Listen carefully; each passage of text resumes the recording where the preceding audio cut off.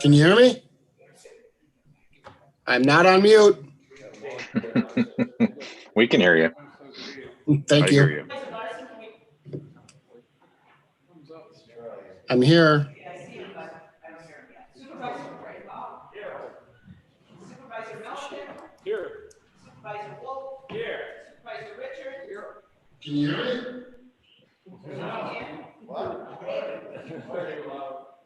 Supervisor Cornick. Here. Supervisor Dorsey is excused. Supervisor Cornick, you can press your button, please. Supervisor Decker is excused. Supervisor Irish. Here. Supervisor Ward. It says present. Yeah, you gotta hit it. Just hit it. Supervisor Ward. Gus, or you're there? It's on mute.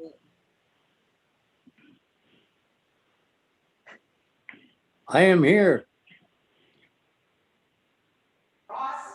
Here. Supervisor Marchese. Here. Supervisor Strong. Here. Supervisor Hendricks. Here.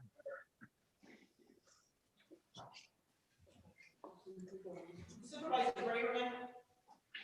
Here. Supervisor Reed. Here. Supervisor Maycock. Here. All right, welcome everyone. If we could stand for the Pledge of Allegiance. I pledge allegiance to the States of America and to the republic for which it stands, one nation under God, indivisible, with liberty and justice for all.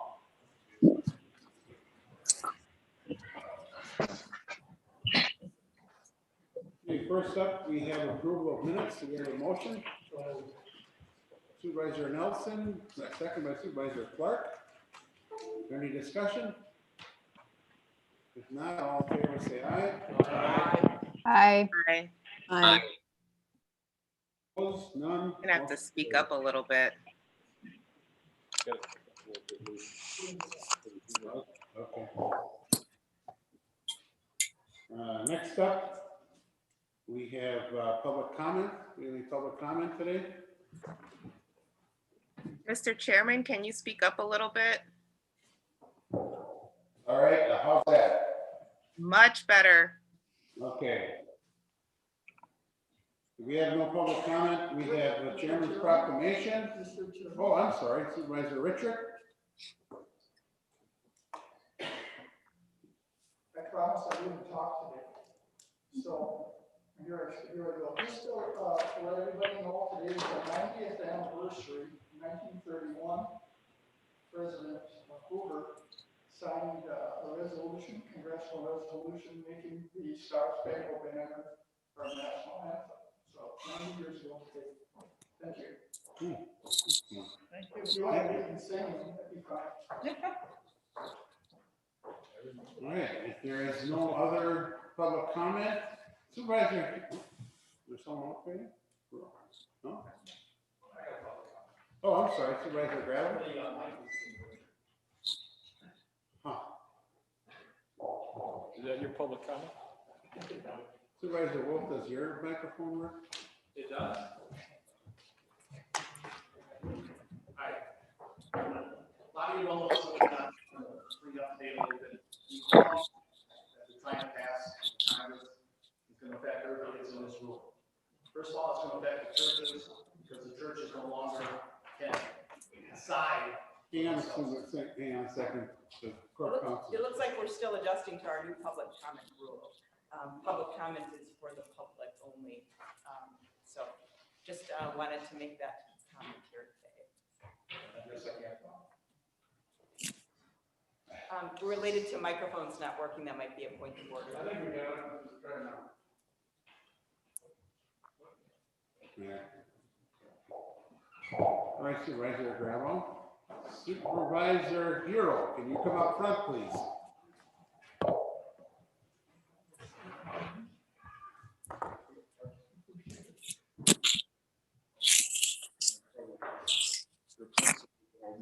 Not being represented. As we all know, Supervisor Hero has decided that it's time for him to move out of his district.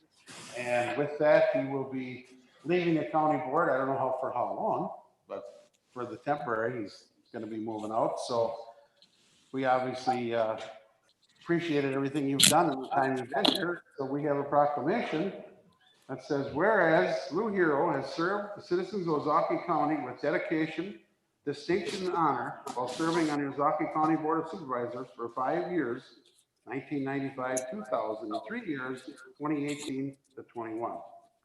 Mr. Hero began his most recent service at the county board on Tuesday, April 17, 2018, and has provided devoted service for his district in the village of Grafton and all of Ozaukee County.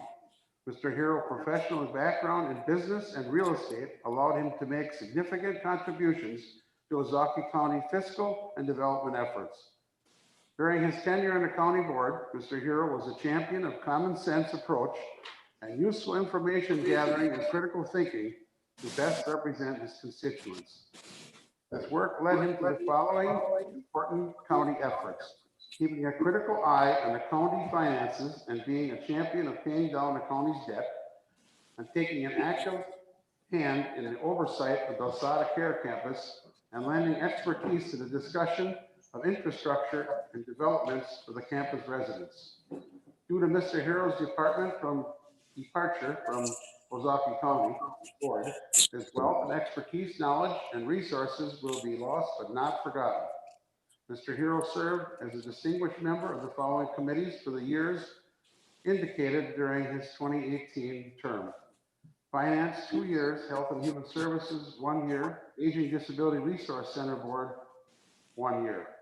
Now therefore be it proclaimed, as Luke Glenville, Chairman of Ozaukee County Supervisors, do hereby proclaim that Lou Hero has enriched the lives of all Ozaukee County residents and served as an inspiration for all civic-minded citizens, along with future generations to come.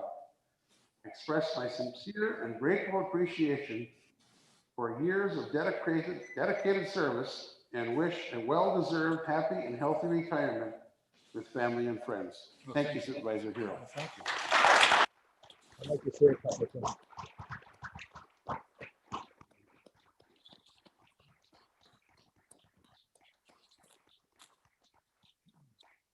Thank you very much, everyone. I'm not planning on retiring, but I had to make a decision based upon some things that happened to me last year with my family. And I decided that it was time to sell our house in Grafton and try to find another place that would work for me in the same area, but I wasn't able to do it. So I'm moving to Backlog. It's different moving from a house to an apartment, especially a senior apartment where I think I'm the youngest guy there. But that's neither here nor there. But I really want to say a couple of things real quick. You know, we have 26 different supervisors. We have a staff, we have administration, we have all different people working in all different departments. And one thing that I've learned from here is you can bring up your comments, get the answers, sometimes not agree, but when it comes down to it, everybody in this room and everybody that's on the TV looks out for the people here that we represent. The one thing I hope whoever replaces me, or one of you find people in the room or on the TV, is the person who's going to continue to ask questions. The reason for the questions is not to be a smart butt, but it's to make sure that no one can come back later and say, why didn't you do this or why didn't you do that? So it's been my pleasure and my honor to work with all of you. The last time I was on the board, it was a little different. We had the Y2K, but really and truly, the pandemic that we are still going through is probably been the most serious matter that this county has faced, and we've done a pretty good job. So thank you very much. Can I have this?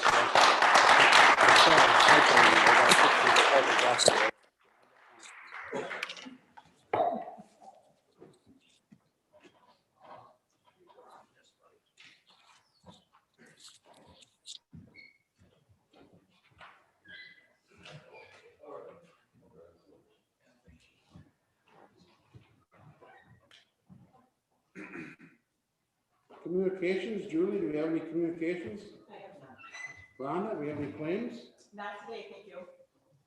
All right, next up, we have the county administrator's report. Jason?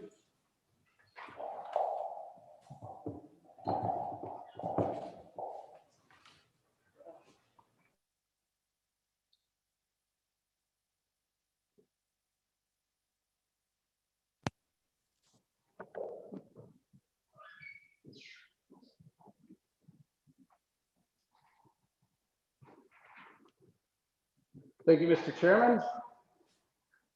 Good morning, everybody. Pretty good feeling to see the sun out there today, wasn't it? My goodness. Might be dolphins soon. I don't know. I might be. Start off with some good news. We'll have new tech in this room for the April 20th meeting. So that's barring any significant issues with the installation or the receipt of equipment. You know, I could get rid of 17 cords up here from the front of the dais here. So that'll be a great development. Our COVID trend continues to hold pretty steady, which is a positive development for the county. You know, as I think as we all know, vaccine supply remains a challenge. This or next week we'll receive 400 doses again. Unfortunately, that number will not allow us, the health department, to operate a full-scale clinic. But I think we had a recent presentation at the Counties Association from the deputy director of DHS, and I think with the introduction of the Johnson & Johnson, you see my report there, the Johnson & Johnson vaccine. I kind of feel, this is my own personal opinion, but really by April supplies will be adequate. I think as of this morning, 19% of Ozaukee County residents have been vaccinated. That's the highest percentage of any county in southeastern Wisconsin. So, it may not be high enough, but it's certainly the highest among our peers. Last week, the health department had a pretty significant effort dumped on their lap, for lack of better terms, in terms of the vaccination of our school staff throughout the county. I think the DHS came to the health departments on Monday and said, you guys figure out how we're going to get vaccines to these teachers. Well, we had assumed that they would undertake a lot of that work. Our staff stepped up, and kudos to Tyler, our interim health director, for really, and his team for stepping up and doing a great job. And he's here if you have any questions following my report. If any of you attended the recent redistricting seminar by the Wisconsin Counties Association, you know that redistricting is pretty well delayed. We won't expect the census data to be delivered to the county until September of this year. Unfortunately, state law requires that we redistrict by July. So we will not be able to do that. It's looking like, at least in the proposed timeline from the Wisconsin Counties Association, that redistricting may first occur in February of 2022. So this is something that will require a legislative fix by the governor and the legislators. It's really, we'll wait to see what decision they come up with. But I think looking at different election timelines and county board elections and the statewide elections that will occur in that time period, that February to August date of 2022 will make sense. So it's likely that the county board elections upcoming a year from now will be held in your current district, but we'll await additional information from the state on that one, and I'll send out the WCA information timeline and also a link to the seminar later on today. We submitted a homeless shelter grant for $2 million. It's a little bit more than we initially contemplated, but we talked to the state of Wisconsin. There was some additional funding available, and what really this will allow, at least the concept is to create a separate entrance and space for single men in the shelter. That's been a sort of a point of contention. Do we want to house all of the homeless people, that single men, single women, and then families in one shelter? But I think this allows us to provide a safe and reasonable solution. We started talking about the CBRF development at the Lasada campus, with at least internally with staff. That's a discussion item we plan to tee up with the Human Services Committee. I think as we looked at that discussion and we talked with our consultant from CLA, we may be better served to take a step back and do a master planning for the entire campus. There's some significant unknowns right now, I think due to COVID and how that will impact specifically the skilled nursing facility, the nursing home facility over the long term. You know, our censuses are well under 100. We're licensed to have about 133 beds at that facility. We have, you know, we have a certain amount of capacity at our apartments, at our Lasada Heights apartments, because the elderly just they're not moving around right now, and for good reason.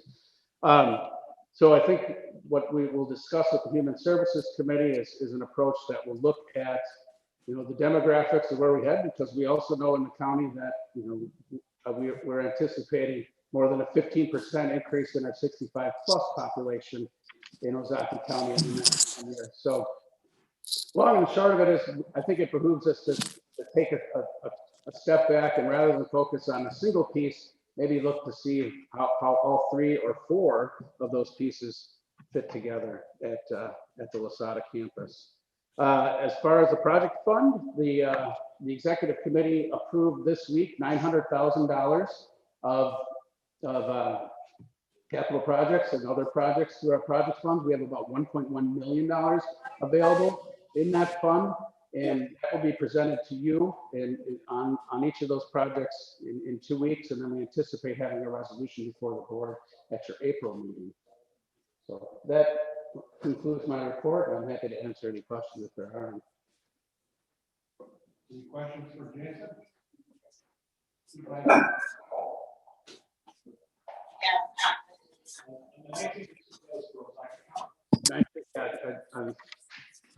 here. Actually, I pulled it up this morning. I just wanted to be sure it was Washington. Yeah, so here's the Ozaukee County 19%. Washington County is a little bit lower at 15%, but you can see by the, you know, the map here is tonal, so it's the darker the color, the more number of vaccines have been distributed. Just curious, is that?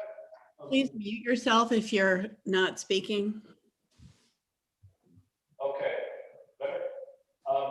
So the other question quick is just curious, is that 19% all people we know if they're all gotten their vaccinations? You know, it's like a county, or those could be residents that got them in other counties. I'm gonna point to Tyler, our interim health director. Maybe he might have some insight to shed him. Okay, so they could have gotten it elsewhere, you know. Their home address is tied to the Wisconsin registry database. So even if they went somewhere and got vaccine, it still counts as total population vaccinated. Okay, great, thank you. Any other questions or Supervisor Bozo? I got a question for you. The biggest complaint I'm getting is that it seems like Monday mornings, 10 o'clock goes around, people are trying to get the schedule to get vaccinated. And it seems like a free for all. That's the biggest gripe. Is there a different way to do that? Like, you know, see some of the pharmacies are sending out invitations that, you know, so instead of everybody signing up for it, send it out to, you know what I'm saying? Yeah, so we, again, now we have 200 vaccines available, and we posted that registration link. It was full in 60 seconds. So we consulted with county executive and others and county administrative season to remove the link. We had a long list of over about 1,500 people that are over the age of 65 that has limited or challenged access to navigating the internet. So we worked on prioritizing those as long as we continue to prioritize the 1A staff in our counties, so first responders, school staff, special needs children, etc. And so we've been largely focusing on those populations, and then also giving referrals to partner organizations. And so that link is not public at this time, and we're having discussions about how to plan for availability, what it's going to be the best process. If the link again is something else, we're trying to avoid that. But I think in general, until we get a critical mass of 1,500, 2,000 doses becoming available to the health department. We're not going to use that. We're not going to make a public link available because it's just the time and effort for Tyler and his team to deal with the anger about not being able to receive or to be able to click and receive an appointment. You know, I think it's better served, you know, working on vaccinating some of our target populations, especially those in the county who don't have access to the internet or have specific challenges identified by our ADRC in other areas. So I think we're trying to target some of those people, and that may be, that approach may be one of the reasons that we're a little bit higher than some of our peer counties. I don't know, but pure speculation. About 57% of those above the age of 65 have been vaccinated, at least with the first dose. And so there's a lot more vaccine coming to the county that's obviously going through our health department. Walgreens, Kroger will be added, Aurora, Ascension, Raider, or going elsewhere to get other pharmacies. So we don't know exactly how much vaccine is coming to the county, but when we see updates on our website and DHS, the numbers are sticking out, that's a good thing. We wish we could have more transparency about where exactly vaccine is going and how much. It is good news that Johnson & Johnson will be coming to the state. There's 27,000 doses that will be distributed next week, but how many come into our county? Again, not sure, but our county, Ozaukee does have higher vaccination in the surrounding areas. So it's working, but we need more vaccine and it's understandable for us. I have a question for you. How many teachers, the public and private schools, do they all get vaccinated? No, we're not vaccinated yet. So the state just opened eligibility March 1st. We've been working on the one-pay school staff that can work school nurses or they work with children that have special needs. So working with those staff. Now, March 1st eligibility, and this is what Jason shared earlier, is that the state on Monday shared with us a process where we had to coordinate with all schools, school districts, and so it's public and private, as well as then all the vaccine providers in the area to match everyone, submit a survey by Friday. The state's going to decide starting March 15th when the school districts and private schools will receive their vaccine for their staff. Okay, how about the people that are being homeschooled? There, we're working on reaching out as well as allocating part of our weekly amount for those to continue to be vaccinated. Again, that rolls into March 1st eligibility. That's as well as childcare. So we are trying to set aside a portion of what we get per week to work with those that maybe are falling into this gray area that are hard to coordinate via the state process. So we're working on it. Thank you. Thank you, Supervisor Gravel. Supervisor Ross. Thank you, Mr. Chairman. Tom, Supervisor Graham, can you hit your button there? Thank you, Mr. Chairman. Tyler, this is a question for you too. The state has a vaccine registry, I understand. I'm looking at the website right now that allows local residents to sign up for that. And the state, as I understand it, is the only one who has complete visibility of where the vaccines are going. What's your experience or your recommendation with regard to telling our constituents whether that is a resource for you guys to Yeah, state is rolling out this month a whole new registration system. We don't want to be in the first week or two of implementation of that because anytime you roll out a new system, there are kinks and that makes frustrations for people. So there's a few other health departments around the state that are in front line to try it. And so we're paying close attention to how the system will work, but we will be adapting it. It will make it easier on our end, just with data, and we think it will make hopefully registration easier, but we want to go live first before we give a date when we're fully utilizing it. We want to actually see how it works in practice. So we are paying close attention to it, and we will kind of keep you posted on when we go forward. Supervisor Ross. Is there any other questions? Supervisor Nelson? Tyler, one question a couple questions actually. Do we have any control or do we know ahead of time which supplier we're going to be receiving the vaccine from? As in the health department, where our vaccine is coming from? Right now, I think all orders are coming from there, but Yes. let's say, can we order 1,000 doses of medicine? Right now, the state has been, in the beginning, once you're assigned Pfizer or Moderna, they've been sticking with that process because they both require different logistical challenges. So this health department gets Pfizer, this one gets Moderna. Very few are alternating each week, but we've been consistently getting Moderna, but we haven't, there hasn't been a process yet for specifically requesting Johnson. So the state's, I think, still figuring out where it's going to go next week. I'm not entirely sure. Certainly hope that there's a good portion that comes into our county, not us and others, but we received notifications we were being informed on the Yeah, it just seems like Johnson & Johnson, although apparently not quite as effective, but we only need one shot.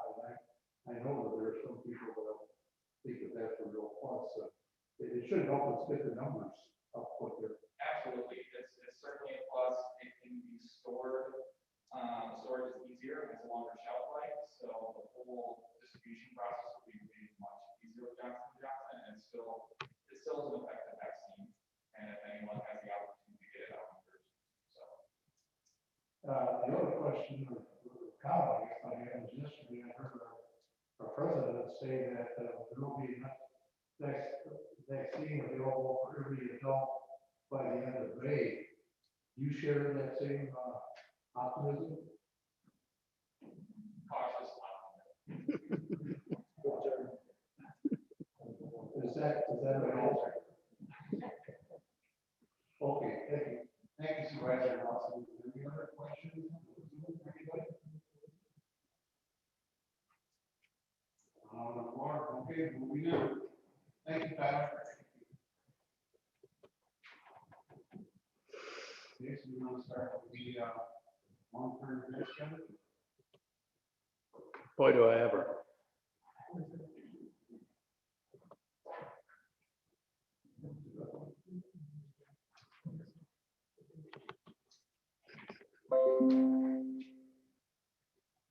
Okay. So this morning we wanted to speak with the board. I think we have a pretty significant opportunity to do a couple of things we're always trying to accomplish as an administrative team and as a county. We have an opportunity to refinance some debt. We have an opportunity to complete a pretty long backlog of projects that we've had on the books for more than 15 years. And we also have the opportunity to save some tax dollars. So I think we can tick off 3 pretty important boxes here. I wonder if I could grab your cord. Oh, I can't. Never mind. I don't have another hookup. I need another cord in my life. So today we wanted to talk about what is a pretty aggressive schedule to accomplish this. You know, I think we have an opportunity to show some agility here and act quickly, seizing on low interest rates that we saw with our recent refinancing of the fairgrounds debt. I think when we saw the rates were that low, you know, like we met as an administrative team and said, you know, is this the time to try to move a bit quickly and again accomplish those 3 things: refinance some existing debt, save some tax levy, and knock off a pretty long list of projects. But to do that, it will require a quick turnaround, and we'll get into that schedule. But it really will be a presentation today, potentially, if there's a level of comfort among the board members to vote in 2 weeks to issue those bonds. That's a 3/4 vote of members elect. So, you know, it's a high bar, and it should be. And then the sale of those bonds would happen at the April 7th meeting. Now I'll get into the details here right now. So, you know, what's our policy consideration? The long-term interest rates are so incredibly low right now. Should we move quickly? And usually we don't take on policy questions like this under such an aggressive schedule, but this will really allow us to do those three things I've touched on. So, there's a balance here. Do we act quickly to seize the opportunity to have historically low interest rates available to us with maybe not the best budgetary assumptions on some of these projects? Or should we spend more time getting finer budgetary numbers? And then, and then the risk there is the potential delay and an uptick in interest rates. Many of these projects we have pretty good solid numbers. I think some we have probably a confidence of 90-95%. Some are a little bit lower, and I'll get into each of those projects today. So, again, if we're agile, if we're able to act quickly and seize those low rates, we'll be able to basically save the most money. So we have a project backlog. We've identified 5 significant projects that, again, have been on the books. We had anticipated sort of a longer churn of a discussion with the county board later this year. But again, I think, as we saw the low rates, as we discussed with executive committee who has oversight of our debt issuances, we thought it made sense to move a little bit quickly because interest rates are low. And they're not as low as they were in February, and you'll see moving forward, they have ticked up a little bit. They're still historically low. So if we're able to put together a comprehensive package of refinancing some of our current debt, and we could feather in the debt on the 5 projects that we have in queue, again, we're able to do a couple things: save money and complete projects. So it's really a win-win for the county, at least from our administrative perspective.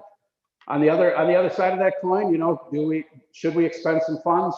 Should we take some money out of our project funds to hire an engineer and fully bake out some of these budgetary estimates? Those 5 projects are still going to be there, regardless of what we do. They've been, like I said, many have been there for quite some time. We can get higher confidence in our budgetary estimates if we do expend some funds on engineering and design. But I think that the question there is, again, what will interest rates be if we take 8 months or 12 months to fine tune those budget estimates? And material. And the cost of materials.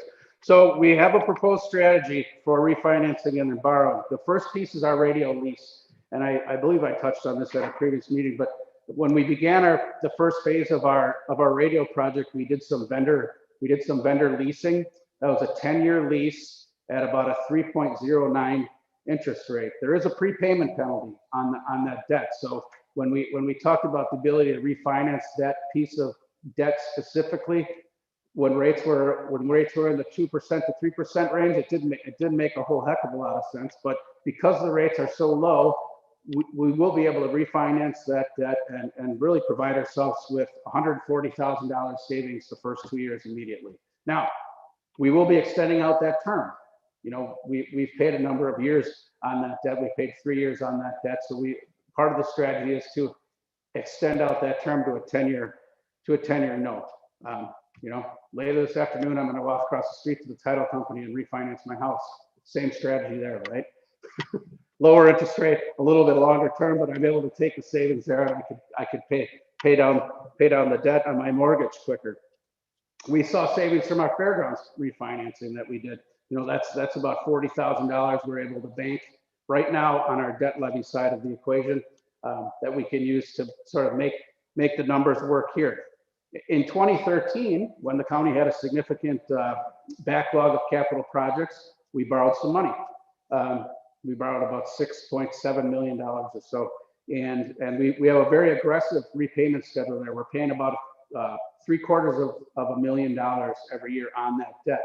We've always targeted that debt when that debt drops off in 2024 as an opportunity to feather in these projects and keep our debt graph stable. But if as we looked at things, and with the way that the rates are situated now, if we take that we have about $1.5 million remaining on that debt.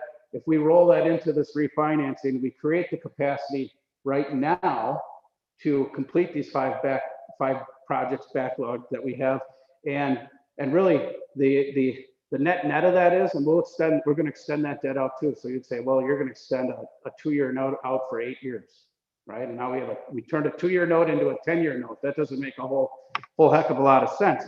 But, assuming rates are where they're at, actually the difference between paying it off in 2 years and the tax levy impact over the 10 years is $10,000. It's $1,000.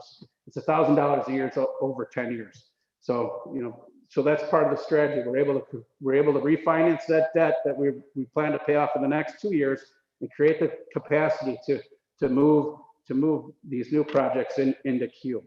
And again, this will allow us really to complete our backlog of large projects. So I'm going to get into these projects here. We've identified 5, potentially 6. We're doing a little bit of work on another one, and I'll get into that. We have a storage need at our Justice Center. Right now our sheriff, he's storing assets outside that should likely be stored inside. He has assets stored at the highway department, which I know our public works director would love to move out of his space over there. He has assets stored in paid storage. There's a storage facility across the street from the Justice Center. So he's kind of got his equipment really stored all over the county. He's looked at this. We've talked about Justice Center storage building. He went out and worked with the Department of Corrections to set up a separate revenue stream to house DOC inmates, and we've taken some of those extra revenues over time and built up a little bit of a reserve and the ultimate goal is to construct this facility, which will cost about $1 million. So we'll give him the ability to consolidate his assets. Obviously, it's going to be a higher level of security by having all those assets stored at the Justice Center. We've made recent upgrades to all the security systems out there, and just having his staff in close proximity to that building will enhance security as well. And we're able to eliminate the need for highway storage and paid storage. It's not a significant amount. It's about $8,000, $10,000 a year that we're paying to the storage facility across the street, but it is an expense there, and we'll be able to free up some space for our highway department. And for members who don't know, we recently undertook an effort to use salt brine on our county roadways during snow events. It's a far more cost-effective way than simply spreading salt, and it saved the highway department a significant amount of money. In order to do that, we need to put a tank on the back of every truck, and we have to have a brine maker, for lack of a better term, and that equipment is large, and we kind of tucked it into a building where it doesn't really fit that well. This will free up a lot of storage and really alleviate any significant need, at least in Port Washington, and create storage over the long term. So a lot of benefits there. What's our level of planning? We've done some preliminary estimates. We engaged an architect some time ago to do an analysis. We at one point we targeted the sort of the southwest corner of the parking lot there. I think there's some, and I'll get into that. There's some consideration of whether it makes sense to move that facility to the east end of the building where it's more integrated with the facility. So that's a bit of a risk there. So the location is yet to be determined. We did do some wetland delineation, so that's always a risk when you're doing a construction project. When we were talking with the city of Port Washington about potentially building a joint facility out there with where they may house their fire department, and we would create our storage building. We did some additional work there. I don't think that moving ahead with this project precludes that discussion from continuing to happen. I think the city has sufficiently hit the pause button on that, but I think there still could potentially be some synergy there. And then, one way to mitigate risk is to have some funds available, right? And we do have that sheriff's reserve fund, which is in the $250,000, $300,000 range. So if there are some unknowns or things that we aren't anticipating in the construction of that facility, we have that reserve to rely on. We could also use it to make debt payments or do all sorts of things after the construction of the building. Our parks department needs a storage facility. Right now they're primarily using a barn in Tendick Park. If you've ever been in the barn, I think the way it's well air conditioned from both the sides and the floor. It's not a great facility. It really doesn't suit their needs. So there is a proposal to create a maintenance and storage building at the near the Pioneer Village at Hawthorne Hills Park. This will be a place to store things. It will allow give staff a place to muster up. It really will allow us to move forward with plans for a future campground development if we wish. So, and we have room in the plan for expansion. Also, it improves sanitation at Pioneer Village. You know, right now pre-pandemic, they had some pretty large scale events, the World War II reenactment and the tractor shows that happen out there. A lot of people staying on the grounds, and there really there's no shower facilities out there right now. So, you know, maybe don't go to the events on Sunday. So what's our level of planning? We have preliminary estimates. This is something we worked on with Andrew. So we feel the numbers are pretty solid. We've begun to fill that site. We had some additional fill from our Little Menominee project. So we've begun at least the process to put that. We had to put the fill somewhere. So we thought this was a good site, anticipating potentially constructing a storage building. One thing that one mark against this project when we talked about it in our previous project fund discussions was that, you know, it was kind of tied in with the policy discussion on the campgrounds. And I think there was some heartburn at the Natural Resources Committee and said, you know, like, well, if we're building a storage building, now we're committing ourselves to doing a campground. In this case, we would not. We could still do that, but we're able to separate that policy discussion. We can have that at a separate time at the Natural Resources Committee. Much like the sheriff's storage building, the Gulf has significant reserves. They had about a $300,000 reserve at the end of 2019, and they had a very good year in 2020. So we're anticipating those reserves to go up. There will be a Gulf use in this building. So we have some further flexibility. You know, we can talk about whether we wish to charge some of that debt to the enterprise fund, and that would take it off the tax levy, you know, sort of depending on how much of that facility that they're using. So, you know, I think there's a great deal of flexibility and, again, an ample reserve set aside to deal with any construction issues that we may have out there. Our Covered Bridge Park Pavilion, I'm sure as many board members know, you know, we are required, although we don't have dates certain from the state of Wisconsin, but we do have a requirement to build a restroom facility, and we're not calling this the Covered Bridge bathroom anymore. We're going to call it the Covered Bridge Pavilion, so that we're clear that this really is a park pavilion, similar to that you would see in many of our municipal parks. But it satisfies that DNR requirement. This is a project that was approved in the project fund in 2019, I believe. It relied on the receipt of a stewardship grant. Ultimately, we didn't receive that grant, so we still have some funds set aside in the project fund for that. But it'll provide a restroom. It'll provide staff some equipment storage on site there, and really increase the rental revenues. You know, it's a pretty popular park for weddings and other events. So we anticipate, again, it's a drop in the bucket, but you know, at least it's a drop in the bucket. So there will be some rental revenues at that park that are made available if we have a facility out there for folks to use. We've done a high level planning here. Here's one we're pretty confident in. You know, we had a full set of plans about 2018, 2019, and we have some funds available in the project fund if there are any additional issues. But this one's been pretty well baked out in terms of assessing costs. Lions Den Park Pavilion, here's one that probably hasn't been as well baked out. So there's a little bit more risk there, but I think we all know we're in desperate need of some restroom facilities at our Lions Den Park. It's our most popular park. It's more than an Ozaukee County draw. It's a regional draw, and I've been, you know, we recently started talking about upgrading our county website, and they did an analysis on search terms on our website.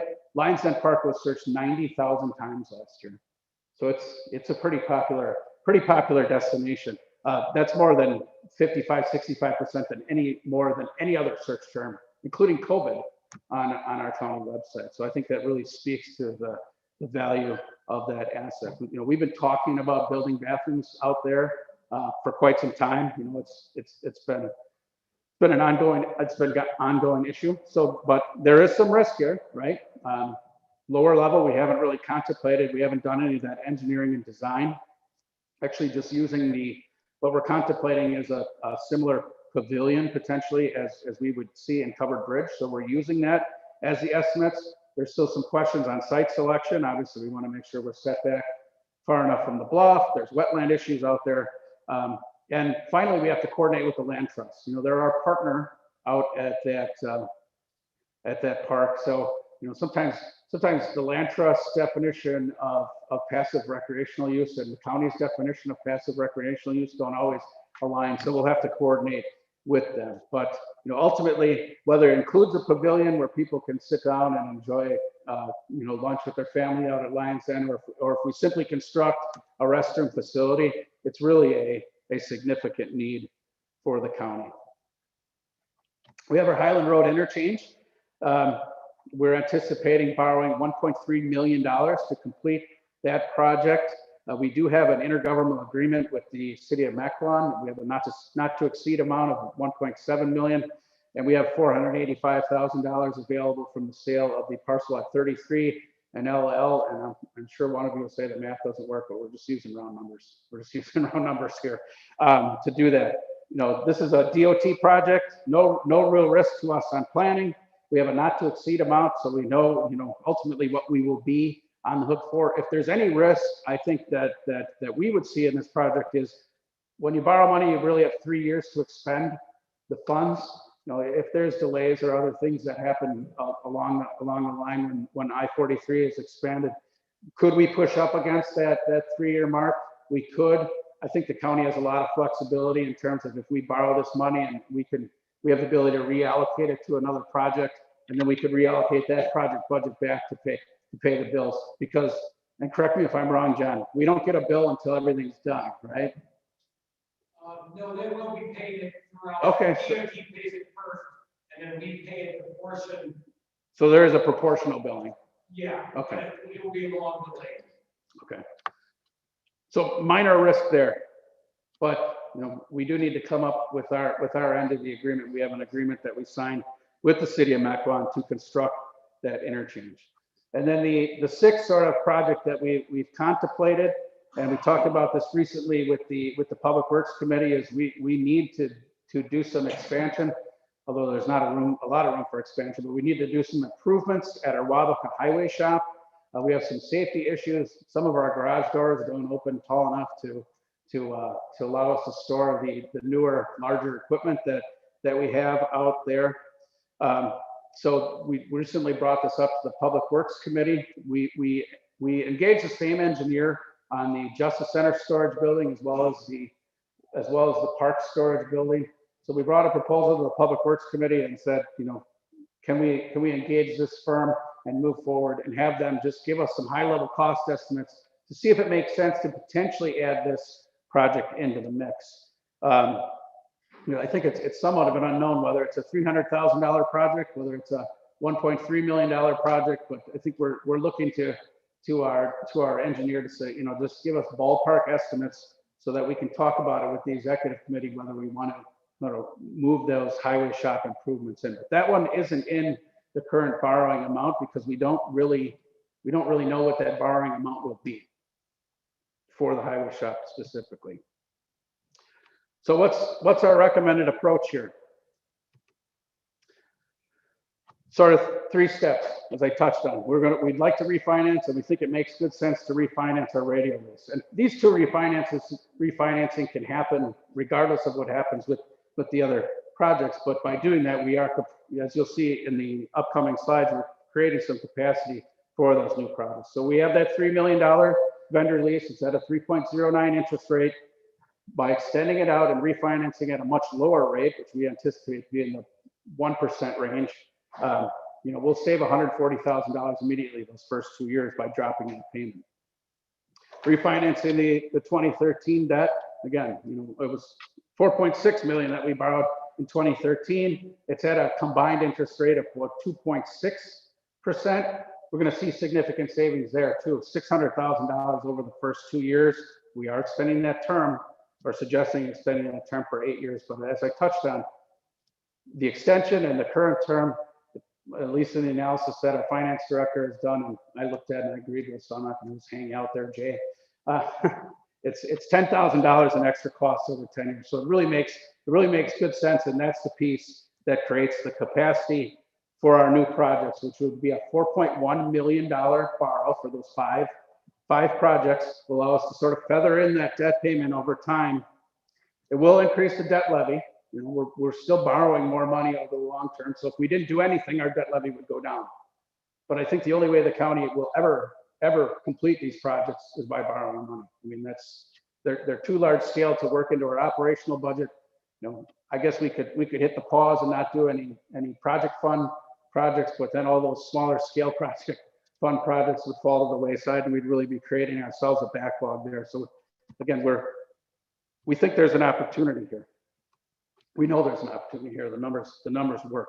So the proposed debt approach will save us $1.2 million in the first 2 years. And on this graph here, the purple bars are our current debt payments, and then the gray bars are what the payments would be in beginning with if this debt package moves forward. So I think, as you see, as I talked about, there's a precipitous drop off here on that 2013 note if that goes away. And the goal of our team was always to kind of slide in this project debt here at the 2024 range.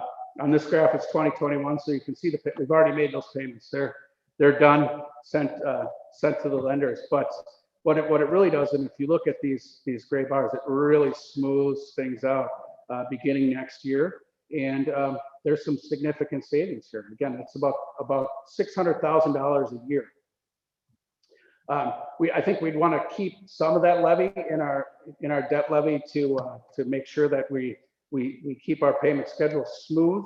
But the county board can decide what you wish to do with that debt savings. You know, we can return a portion of it to the taxpayers. We can put a portion of it in our project fund and allow us to complete more projects. But I think administratively, our goal is to keep that payment steady, and this will provide, obviously, if we don't borrow any money over the next 10 years, which I think is, well, I don't know, we'll see. Check with me in 10 years. It'll really allow us to smooth out those debt payments over the next 10 years. So I thought it would be, I think this is an interesting slide, because this proposed approach will bring our debt levy back to the levels where they were in 2013. So in 2013, our debt levy was 1.1 million. Obviously, as we borrowed more funds over time, we've had an increase. But really, if you look at where we've come in the last 2 years and where we'll be by 2022, you know, we are cutting that debt levy in half with this approach. We had $2.5 million in debt levy in 2019. If we implement this approach, we'll have $1.2 million in debt levy in 2022. And then we have that decision point on this gray bar here in terms of that $600,000, what we wish to do. So I think, you know, we're doing a pretty good job of aggressively paying down our debt here in the county. We're able to do this. We're going to be able to accomplish this and complete that backlog of projects over time. So what if we wait? You know, we can, if that's the wish of the board. You know, I think we'd have to expend some additional funds, and just using a rough 10% estimate, that's about a $280,000, $300,000 expenditures to engage an architectural firm and go through the whole process of planning and design. What's the risk? You know, we know that the risk is of a rate increase, and a 0.5% rate increase over the life of this borrow would cost the county $350,000. And we do know that rates have increased 0.2% since we did the refinancing. So if you look on the slide here, we did hit the sweet spot in February. That's for sure.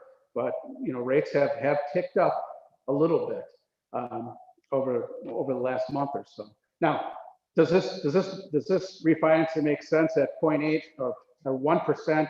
Yes. Does it make sense at 1.5%? It likely does. You know, I think there's a point where it doesn't make sense, but I think rates would have to change really, really significantly over the next month or so if we didn't wish to take this approach.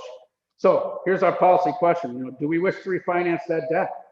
I think that makes good sense. Do we wish to take care of these projects that have been hanging out there for a long time? I think that I would assume there's a high level of agreement amongst board members on that. The primary question is the board comfortable with this sort of aggressive turnaround? You know, we would generally put a lot of time, we put a lot of time and effort into discussing and working through these issues, but I think, you know, at least from our perspective, it's a quicker turnaround makes sense given the low interest rate. So this would be a potential schedule. And we'd have a vote on March 17th. So we'd have a vote in 2 weeks on that initial resolution to approve the debt. That's a 3/4 vote of members elect. So we need 20 votes to support that. There'd be a bond sale then on April 6th. And I think as we've talked internally, you know, obviously we do this with all our bond sales, but Jay and myself, and we have our bond counsel, Brian Brewer, with us today if there's any questions for him. But, you know, we look at where rates are on the 5th and say, you know, does it make sense to proceed? If rates are significantly higher, we can always say, nope, don't proceed with the bond sale. And we can wait and delay a month, or, you know, and kind of assess the market and see where we're situated in 30 to 45 days. So we have an out there, right? And then the board would approve the final sale amount on April 7th, just like we did with our recent financing. And that's another opportunity for the board to say, you know what, we got rates at 2%. We're not that comfortable. Maybe the numbers don't work quite as good as we thought they did. The board can simply say, we don't wish to sell these bonds. And again, we can go back and reassess rates moving forward. So, you know, I think in terms of assessing the rate environment and mitigating risk there, despite this very aggressive schedule, I think it's, you know, we have a couple ways to make sure that we're not locked in until this board votes on April 7th to accept the sale of those bonds. So that is, that's the end of my presentation, and I don't know if there's any questions, and I'd be happy to answer those. Jason, just a couple quick questions. We now have a AAA bond rating. This will not go down because we do this borrow, right? Correct. I think over the long term, it probably helps we can't get any higher, but I think it certainly bolsters our position to say, you know, here's the county, they're looking at their debt portfolio, they're aggressively paying back debt and completing a backlog of capital projects. And I know on our last rating call, when we refinanced the fairgrounds debt, this was part of the discussion. You know, do you anticipate borrowing any money? Obviously, we disclosed that to the rating agency. You know, so we're looking at some things probably later in 2021, potentially in 2022, and that in itself didn't impact our bond rating. So I think, in terms of the metrics that they use, it certainly doesn't hurt us. One other quick question, and I'll answer that. Normally, when you borrow, you get a tax increase. This possibly have a tax decrease because of the money we're saving on interest rates.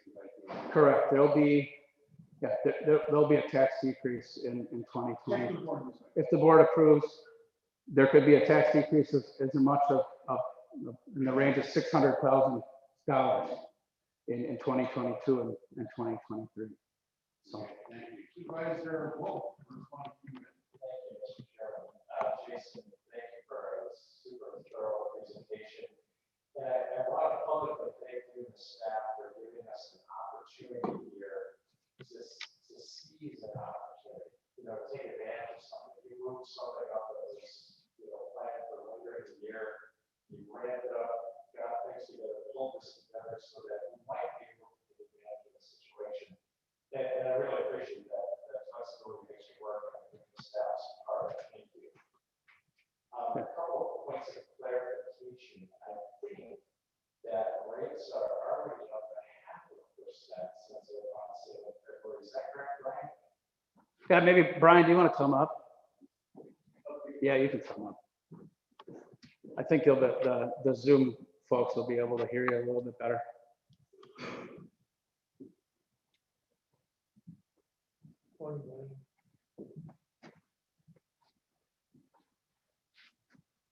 All right, good morning. So the question was, you're right that parts of the market are up, 40 to 50 basis points.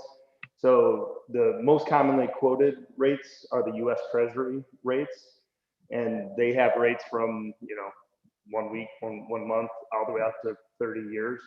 And so what has moved up the most during February was the longer US Treasury rate. So the 10-year, the 20-year, the 30-year, and the 20 and 30 in particular moved up 40 to 50 in that range, depending on the day we're looking at. So the US Treasury, why that matters is that investors that are looking to buy fixed income investments are looking at their rate of return versus risk. And US Treasury is the risk-free rate. Like that's the safest fixed income vehicle you can have. So everything else is stacked off of that, right? Well, the county is AAA rated, so you're the next stack in the risk continuum for a fixed income investor. So during that last month, if you recall, your refinancing was very short. It was for the first 10 years, and those short rates did not move nearly as much. And in fact, most of the anything inside of 7 years stayed relatively the same. 5 and in especially, because that's more based on what the Federal Reserve's overnight lending rate is, and they continue to signal that they're trying to keep their rates low through 2023. So it really depends on what part of the yield curve you're talking about. In these illustrations for the purple and the gray and the refinancing estimates, just a frame of reference, right? You locked in an all-in rate. Your bid rate was a 6.68 or something, and then the all-in cost was about a 0.8, and that's 10-year repayment. So the refinancing of the radio lease and the 2013 debt is going to be still roughly 10 years. And that's currently around a 1.1 in this illustration. So it's about a 20 to 30 basis point increase. The 20-year debt is about a 1.7. So that's the new park facilities and storage facilities. And that's stretched out as a level payment over 20 years. So your 20-year debt, even with the rates moving up over that month, is still around a 1.7 for the 20-year debt. So when you sell all of that together and take a bid, the current blended average of all of that is about a 1.5. So historically speaking, we're still, even though it's higher, we're still, And that's what you just put it. Yeah, all of that is what's in the gray bars on the charts. Yeah, so we still have a very advantageous opportunity here, potentially. The second point of clarification is my understanding that the debt levy, Jason, goes down, as you pointed out, $600,000 potentially in the first 2 years. But actually, as you stretch out, the debt levy actually will be higher than what it would have been if we just wouldn't let the debt run. Just pointing that out to make sure everyone's clear on that. So initially, first couple of years, the same debt levy, the long-term debt levy is higher, but it does level things out for us and give us this great opportunity to get these projects done, saving money on interest. It just seems like a really good path. Yeah, and if the county just wished to save the debt levy, we could not do I mean, that's because we're adding in additional debt, right? So, I mean, if you want to be really conservative and not deal with those, which we certainly can do. I mean, that's a policy option for the board as well. Refinance that debt and save all the money you can. But because, again, because we see a really favorable interest environment, we also think this is a time to deal with those projects that have been, again, they've been out there quite a long time. Yeah, especially that we have some projects that we're obligated to fulfill. The Highland Interchange is a big nut there. We don't have the options. We have to come up with money. Yeah, we could tap reserves. I think we could. I mean, I'm sure between our budgetary brain trust, we could figure out a way to do that. But it's we don't necessarily want to take that much because we want to talk about impacting your AAA bond rating. That's a pretty key factor in terms of what you have. And in fact, when we had our recent rating with Moody's, that was one area where where we were dinged a little bit because, you know, we were about 25% of our operations in reserve. And, you know, they'd like to see that a little bit higher. I know we had that discussion with the board a number of years ago. The board ultimately decided they preferred the 20% range. So that might be something that we tee up moving forward at some point. Not as critical as acting quickly.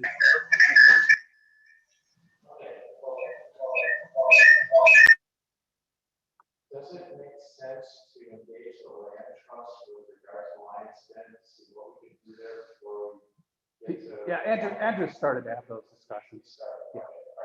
Thank you. And I think, you know, in terms of borrowing, you know, again, if we borrow $500,000 to do a Lions Den pavilion and ultimately can only build a $300,000 bathroom or what it is, those funds can be allocated to a different project. They could be used to pay down debt. You know, so we have a lot of flexibility, you know, in terms of those budgetary estimates, as long as they're expended on a sort of a similar type project or used to pay down that debt, we're following the rules.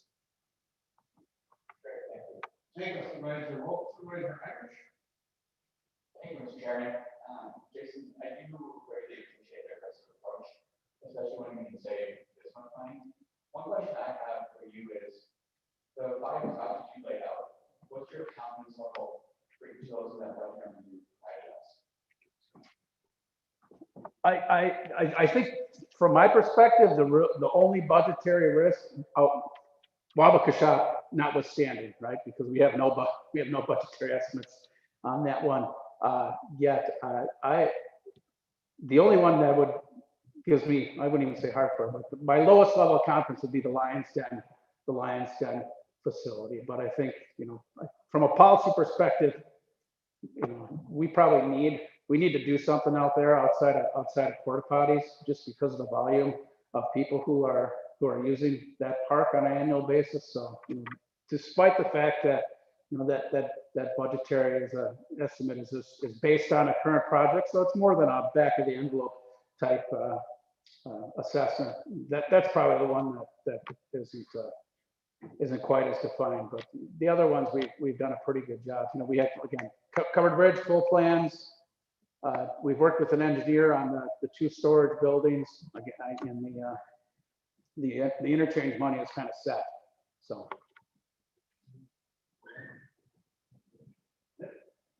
Thank you, Supervisor Irish. Supervisor Winkler. Thank you, Mr. Chairman.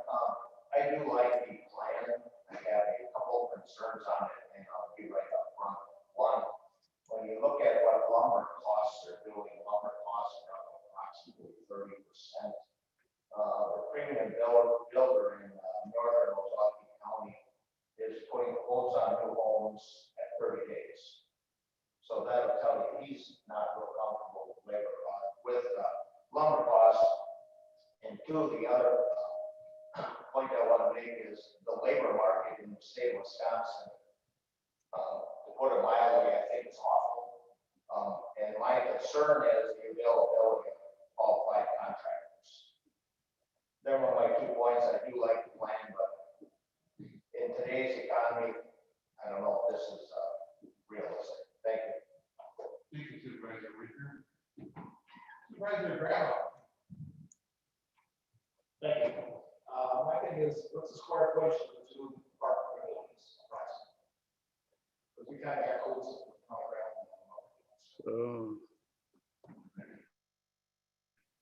Just approximately. I do not know off the top of my head. There's one might be. I can. Why don't I let you? Can I let you know? You know. Oh, hang on. Let me see if I can.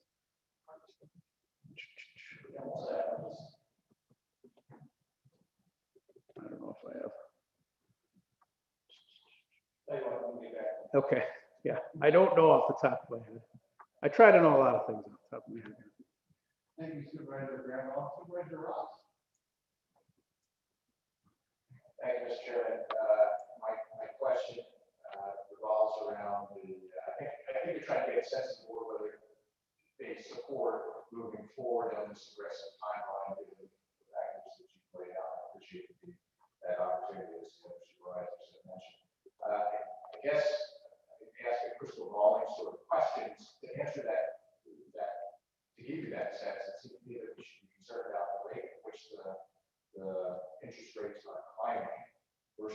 timeline that it would take us to execute a bond offering, and whether it makes sense at that trajectory for us to move forward. So I guess I'm looking for what is that break point at rate of interest rates where it makes sense for us to move forward and where it doesn't. And does the trajectory as you crystal ball support such a timeline decision?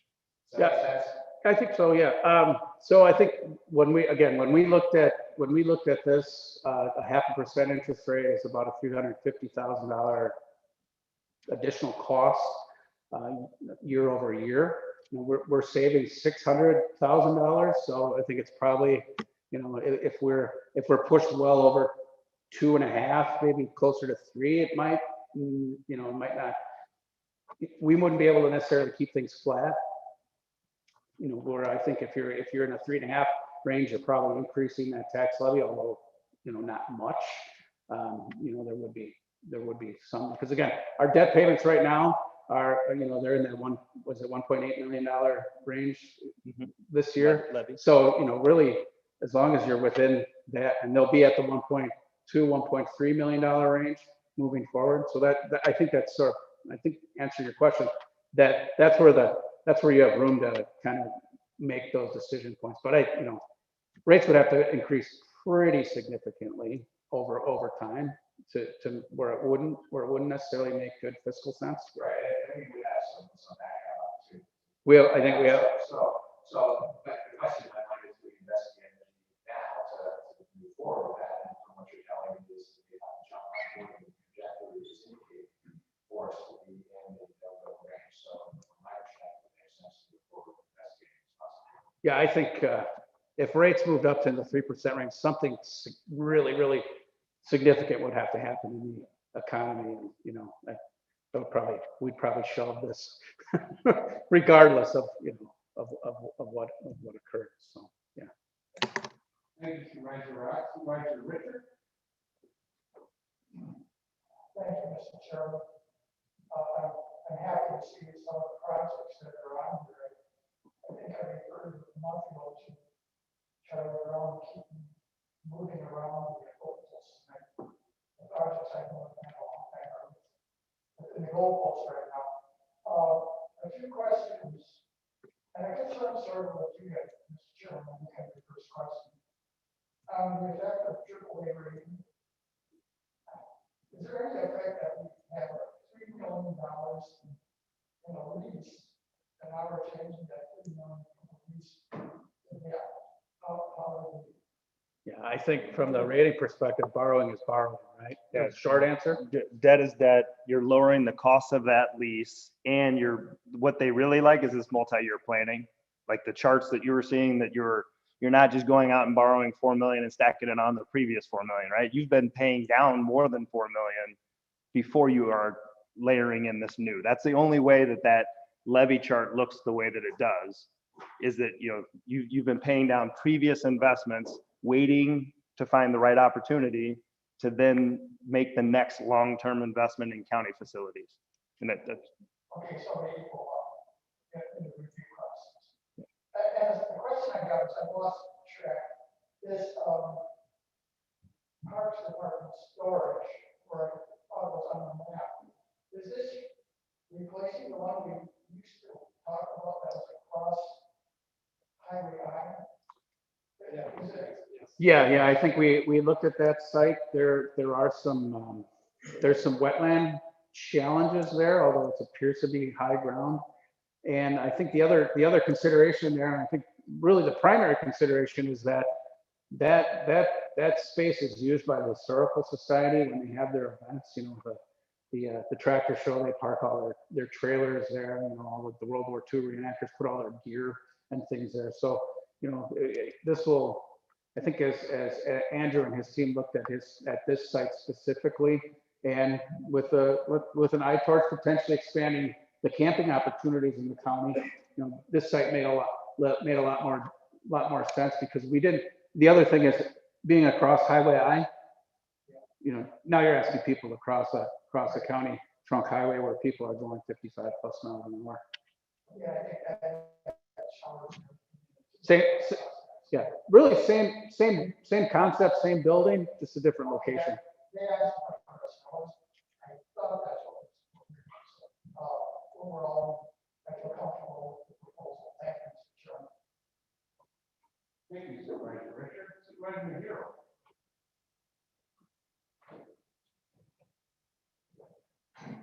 I'm a little mixed up. So right now, we have about $4.5 million worth of debt. No, it's, And we're talking about, oh, for the projects?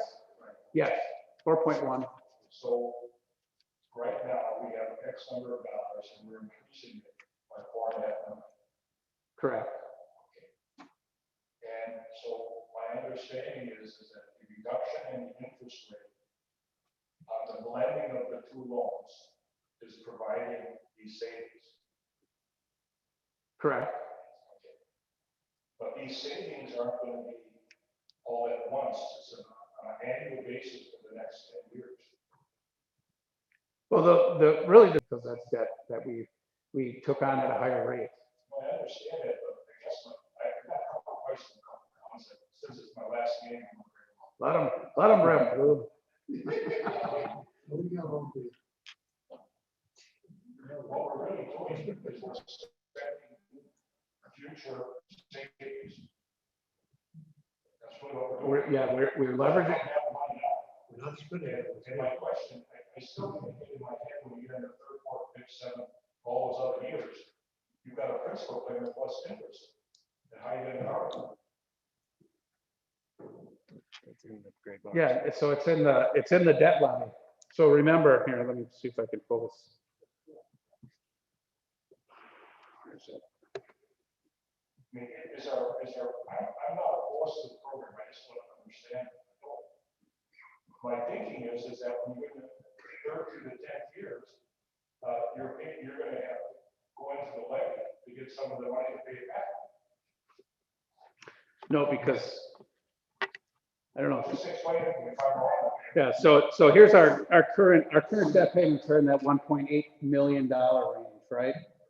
When we refinance and take on the additional debt, oops, one little aggressive there.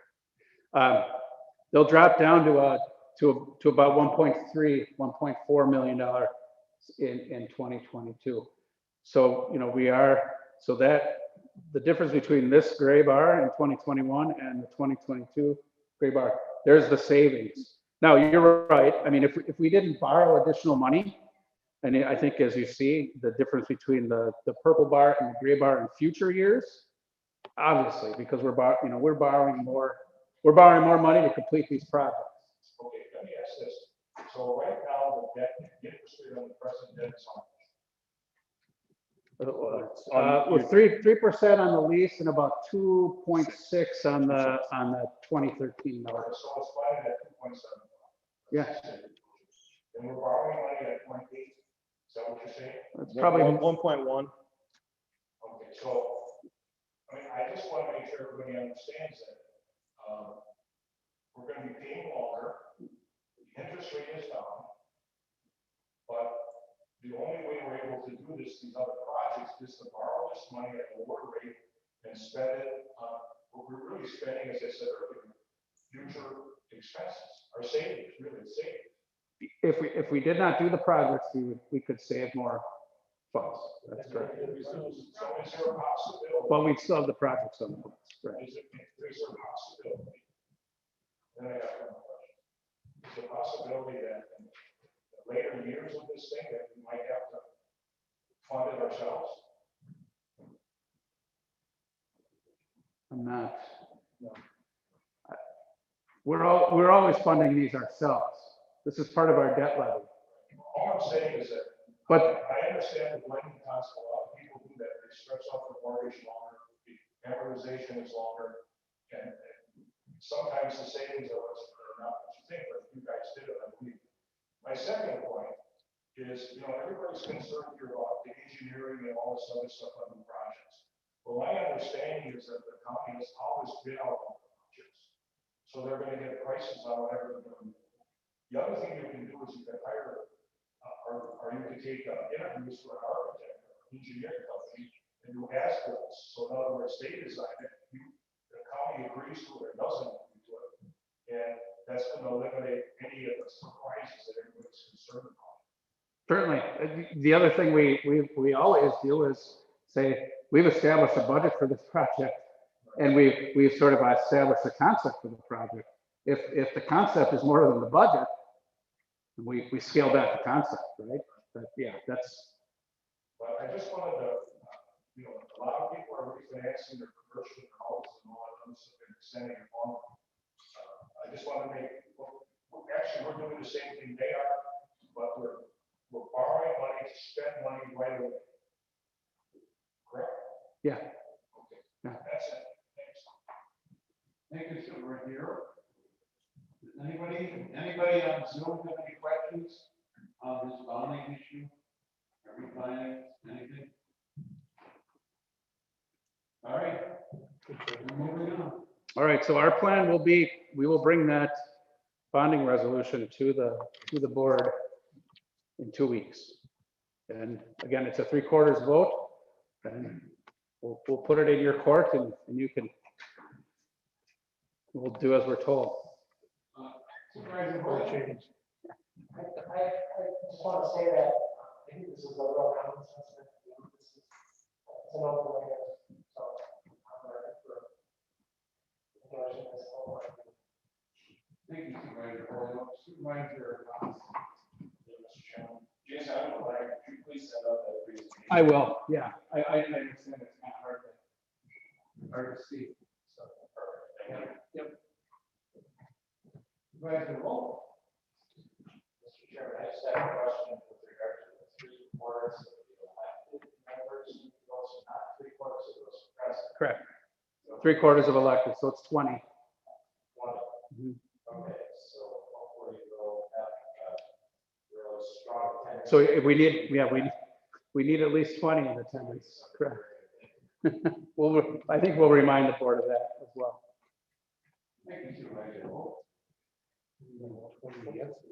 Next up, we have resolution 20-78, increase in revenue of 2021 land water management planning and parks. We have a motion. Motion Supervisor Cornick, second by Supervisor Haas. Is there any discussion? Mr. Chairman, Supervisor Nelson. just one question. We have two landowner reimbursements. Those are separate, two different.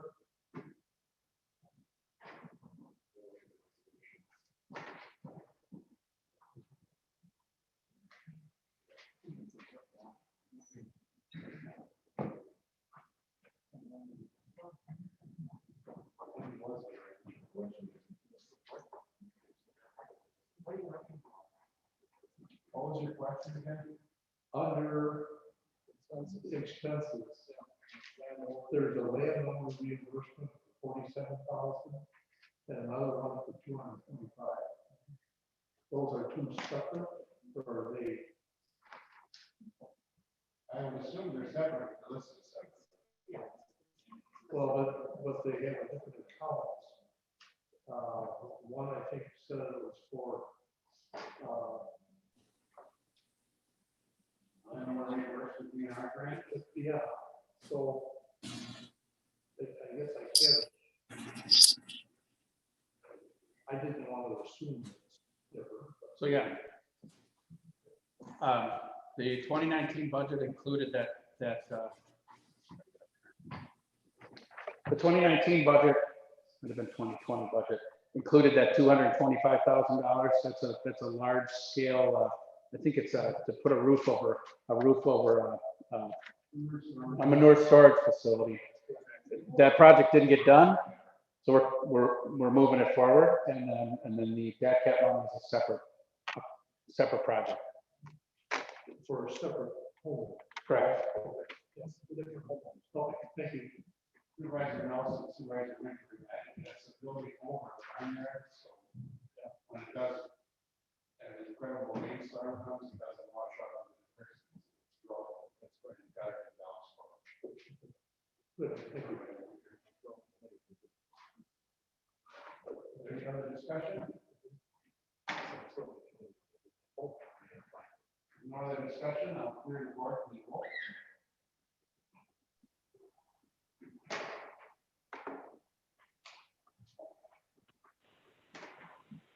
Supervisor Larson, Aye.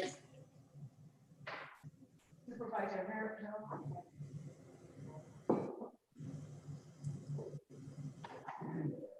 Supervisor Ward.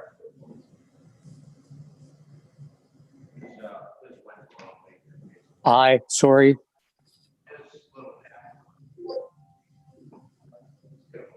Supervisor Harold, how do you vote? Yes. Supervisor Marchese, Aye. Supervisor Strong, Aye. Supervisor Hendricks, He had to leave. He left at 10:22. thank you. Supervisor Braverman, Aye.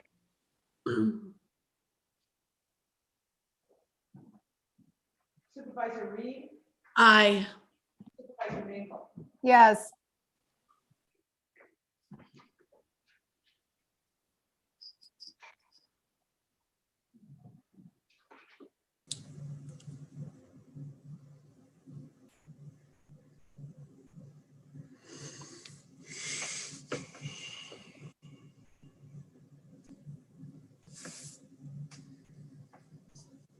Motion carried on a vote of 22.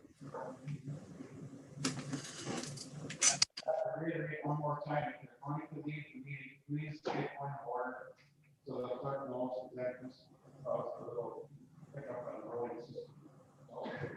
Next up, we have 20-79, supplemental appropriations 2021 facilities fairground. We have a motion by Supervisor Hero, second by Supervisor Irish. Is there any discussion?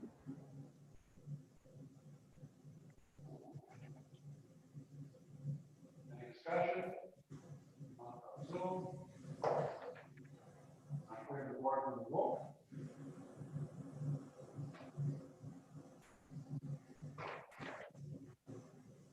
Supervisor Larson, Aye. Supervisor Ward, Aye.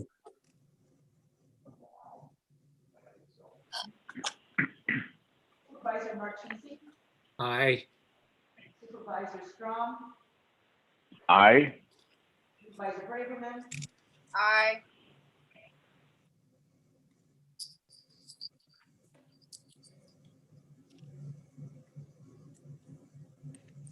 Supervisor Reed, Aye. Supervisor Mabel. Yes. Motion carries on a vote of 22-0. Next up, we have resolution 20-80, carry over for 2020 funds. We have a motion from the floor. Supervisor Nelson, second by Supervisor Greco. All for discussion. Any discussion? Now, I will clear the board from the vote. Supervisor Larson, Aye. Supervisor Ward, Aye. Supervisor Marchese, Aye. Supervisor Strong, Aye. Supervisor Braverman, Aye. Supervisor Reed, Aye. Supervisor Mabel. Yes.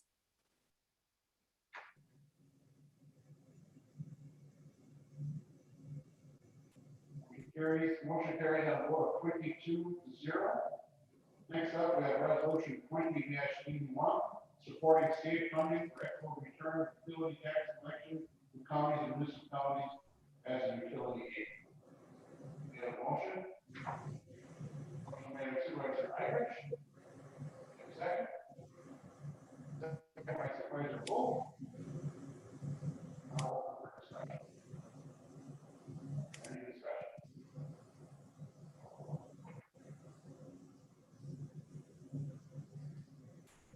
There's no discussion. I will clear the board for the vote.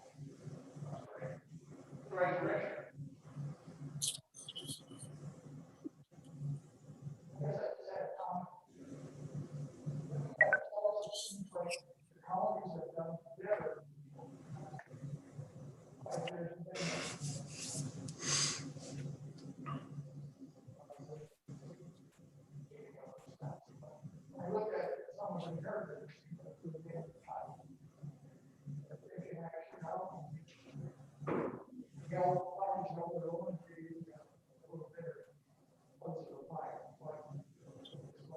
Yeah, our utility aid amount hasn't increased in my career. But we've, I guess, in terms of holding our own,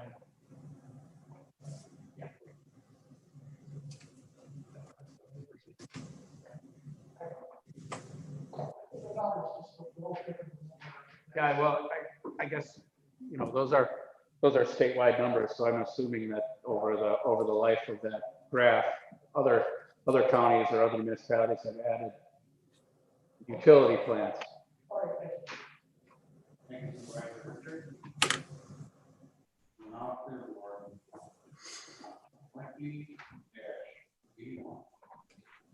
Supervisor Larson, Aye. Supervisor Ward. Supervisor Ward, Aye. Supervisor Marquise, Aye. Supervisor, Aye.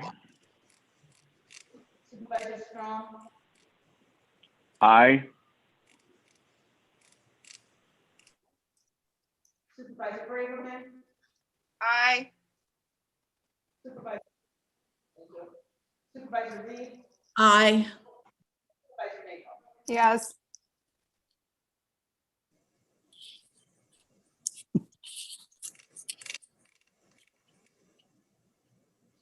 Next up, we have resolution 20-82, support for increased funding for aging and disability resources. We have a motion by Supervisor Bureau. We have a second. Second by Supervisor Ross. Any discussion? Supervisor Ross. Thank you, Mr. Chairman. First, start by stating clearly that I support adequate funding to deal with the demands of the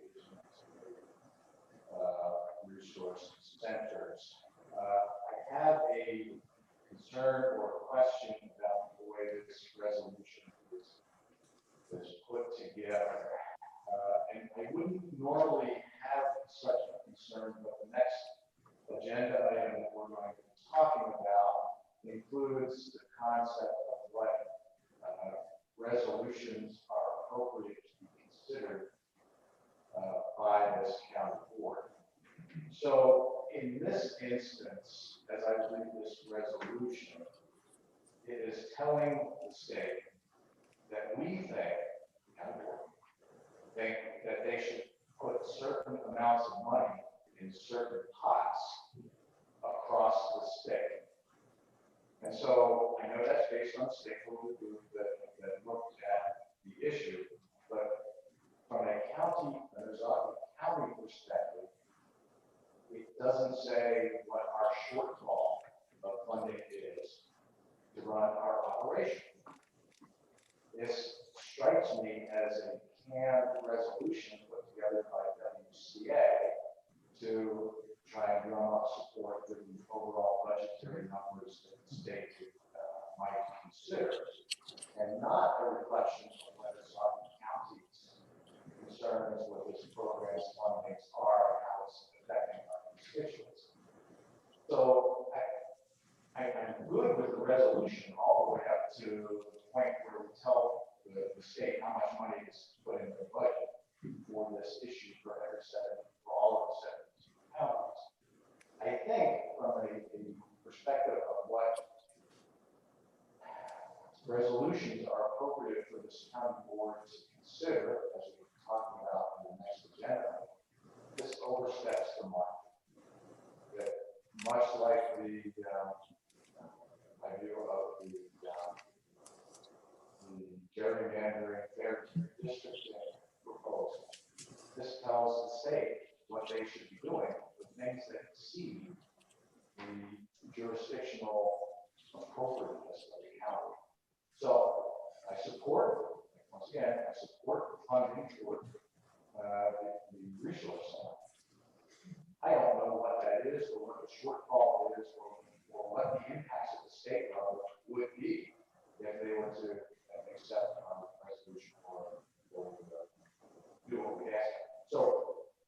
I'm reluctant to say to the state, do something that I have no impact or no understanding of what the impact would be. And so that's why I would like to vote against that. Thank you, Supervisor Ross. Any other, Supervisor Wolf? Thank you, Mr. Chairman. So is it my understanding that the state mandates services that and yet they're not coming through at the time to provide those services. There is this makes it we've got state of being here. And at the same time, I agree with Supervisor Ross. Spelling out exactly what point should put in what category, maybe without some further explanation. So I think there's a couple factors at play. When ADRCs were first introduced 15 or so years ago, there were a handful of pilot counties that kind of went out and took the initiative to put these in place. And then so there's basically three tiers. There's the first tier, the second, and those who came in the second round, which was Ozaukee County, and then the third round. And there had been a proposal to, instead of increase funding, just take that pot of funding and spread it out over all 72 counties, because per state statute, we're required to have an ADRC in the county. So, I think first thing is this is a response to this, because that would really have a negative effect on some of the first tier and the second tier counties, because there were far more ADRCs in the third tier counties. So yeah, I mean so the need is, and I think to answer Supervisor Ross's question, we're okay now in Ozaukee County, right? Our funding is adequate here in Ozaukee County, whereas statewide it differs by county.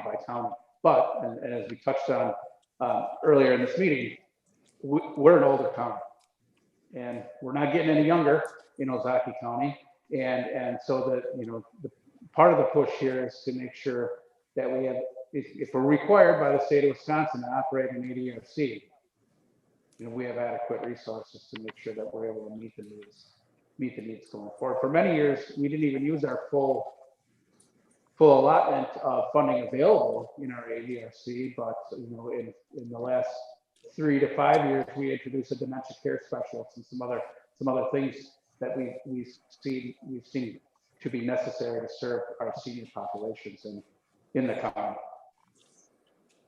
So in terms of the specific numbers, those are obviously numbers that have been worked up by the ADRC board, or the ADRC state level ADRC discussions with our human services directors across the state, as well as organizations like WICSA, which is the county human services agencies. But you're right, it's a canned resolution. So usually when you address my questions, I get great clarification. This is kind of a long thing. I'm working with you.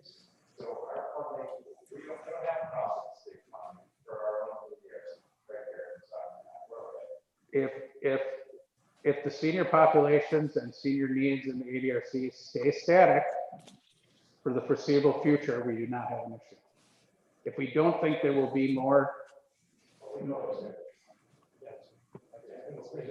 know that. and probably more in Ozaukee County than other counties, because we're old. We're all getting older. I'm not sure what we're trying to get at with this. It doesn't seem to. I'm even more comfortable with this than most people. The issue is future. We want this in the budget now. We're okay with funding now, but we want money in all of these categories. Yeah. Maybe Liza, are you? Can you shed a little? My tap dancing shoes are worn out on this one. I can jump in if you'd like. So I'm having a hard time hearing, but what I can say is, yes, this is a canned response. We were asked from the Counties Association to kind of bind together as counties in mutual support of a fairer funding allocation for counties. So as the administrator said earlier, there were in essence, I believe, like 3 tiers. And so the funding of your ADRC depended on when each county decided to jump on board in the process, and which doesn't take into account how financially, like the population that are below poverty level. It doesn't take into account many factors that would really address more of an equitable need for counties to be able to support, fully support their ADRCs. We are okay at this time. I would say within the next 5 years, we are going to have to start tapping into levy, which, is not something I'm excited to do. And so I know that there are also some initiatives that we'd love to be able to do in working with, our ADRC, but we don't have the resources at this time to tap into some of those projects. So did I answer your questions based on what I'd heard?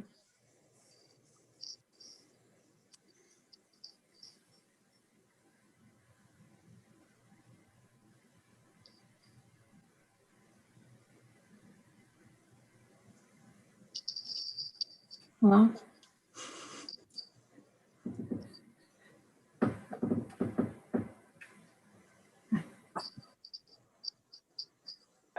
out all the money numbers, all the categories and everything else, and just take that.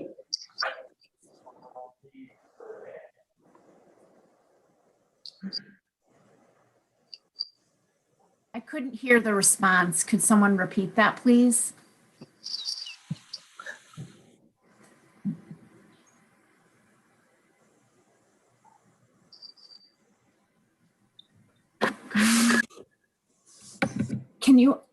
Can you all hear me on Zoom? I can hear you. Yeah. Okay.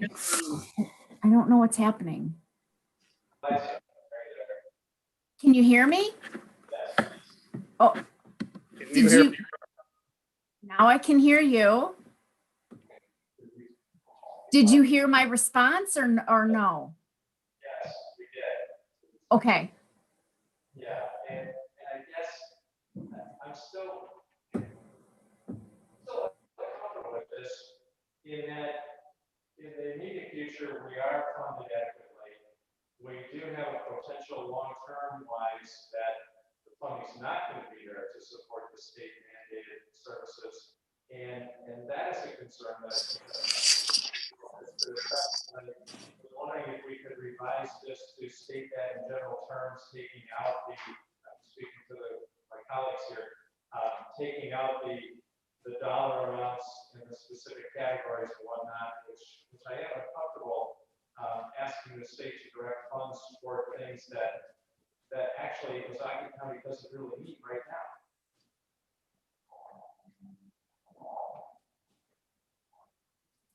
And I think that that's a decision, that if the board wants to make and take out pieces of it, that's,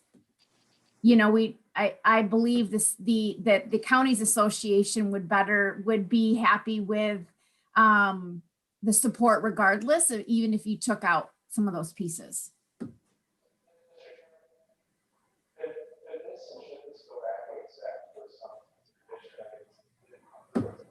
Would go back to the services. What we could do is just take a vote, and you don't like it, vote it down. If you like it, vote it up. That's another way to do it. It's usually, like you supervise the rules, supervise the rocks. Thank you, Mr. Chairman. I agree with you that maybe just a simple vote would provide the greatest sense of this. But I am concerned about the precedent that this sets. Well, is this an appropriate use of the county's resolution forward under the policies and procedures in the next agenda. I don't believe it is. I'll be voting it down. Thank you, Supervisor. Any other discussion? There being none, I'll clear the board.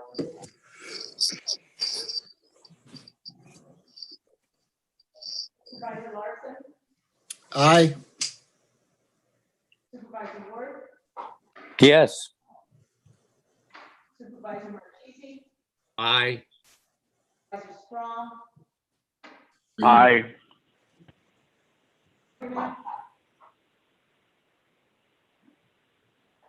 Supervisor Braverman, Yes.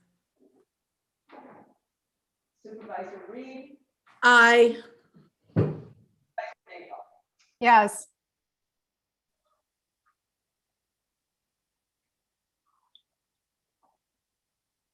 Motion carries on a vote of 15 to 6 and 1 abstention.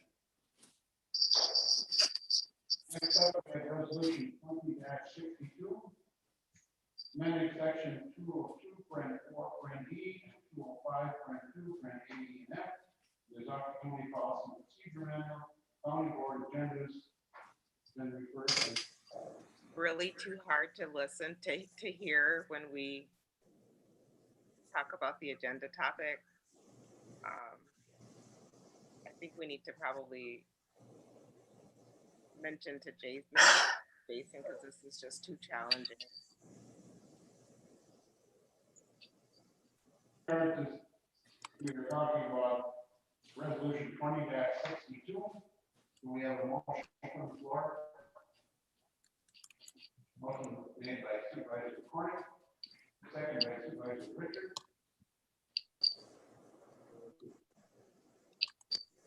Is there any discussion? Any discussion? Supervisor Rob?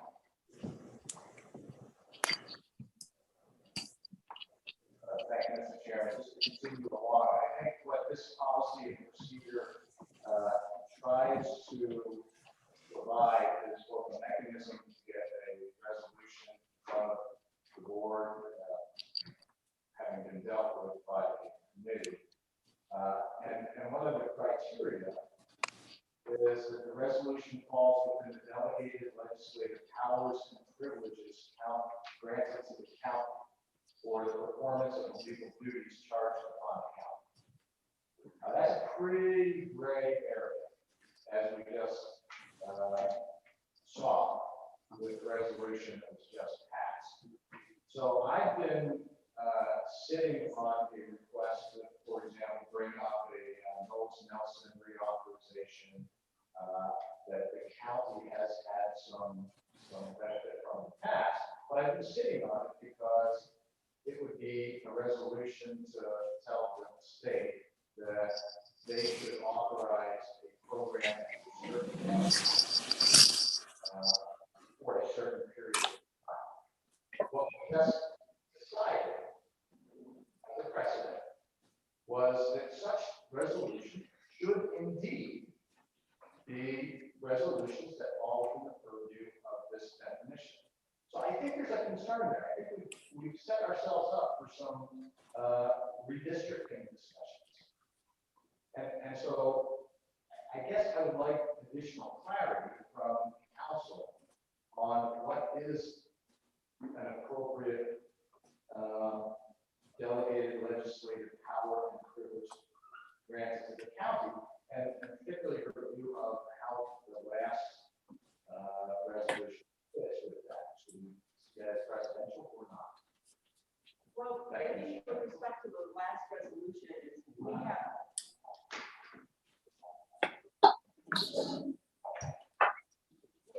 So last resolution, we have some executive powers, CDRT, that performs these functions that have been delegated by the executive to perform.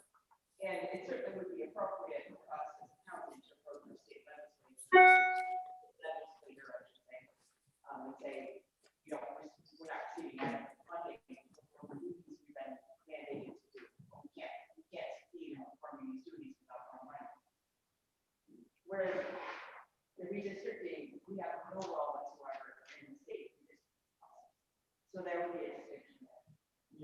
and I agree with that. There's a distinction in what you just described, but in both instances, we were telling the state what they should do outside of the purview of the county. We have districts within our county, and therefore that gives us standing county on offers to the state. That would be a similarity between those two resolutions.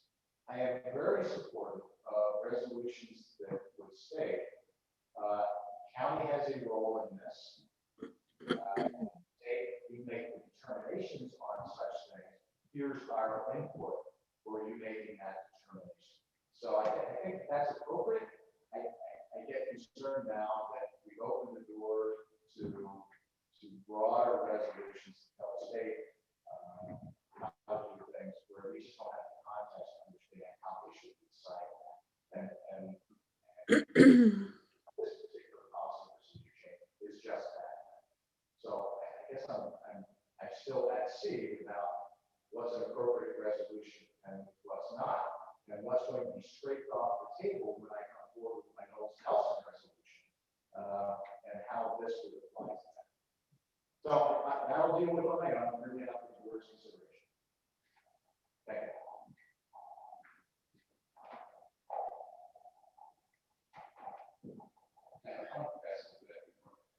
Thank you, Supervisor Ross. Supervisor Holyoke. Thank you, Mr. Chairman. This is not just it's a cleanup. It seems to be a policy change. I still don't know who decided to clean up this policy and who wrote the revisions. There's been a problem in the past with nuisance resolutions. I haven't seen it in the 3 years I've been on the board. It seems like such an onerous process. It has the possibility of dragging things out. 60 days is too long. And it presented to the board chairman, which sounds like you can do either or. But if you present it to the board chairman, he's got 20 days to act on it, and then the appropriate committee, the standing committee has 60 days. That's 80 days. It's almost, someone could kind of hold on to it, just to kind of let it die, and, for that length of time. I can see things like having it presented to the corporate council to say, yes, we can move forward with this. I'm not sure if that's the right thing to do or not, but that's a possibility. Maybe if someone wants to have a resolution, maybe they need to have like a certain number of other supervisors sign on to it to make it so it's not just a frivolous resolution, like say 4 or 5 or 20% or 20, whatever. But I think I could go on with this if it was more streamlined. Instead of 60 days, make it 30 days tops. Give it to the board chairman, 5 days, and then, of course, as a supervisor, I would have to look at my calendar and make sure I was presenting it to whoever so that it got presented. So by the next board meeting, the next first of the month one, that my resolution will be acted on. That's all. Thank you. Thank you, Supervisor Holyoke. I think perhaps the 60 days went to the fact that sometimes when a committee takes something up initially, they might need to adjourn to get more information.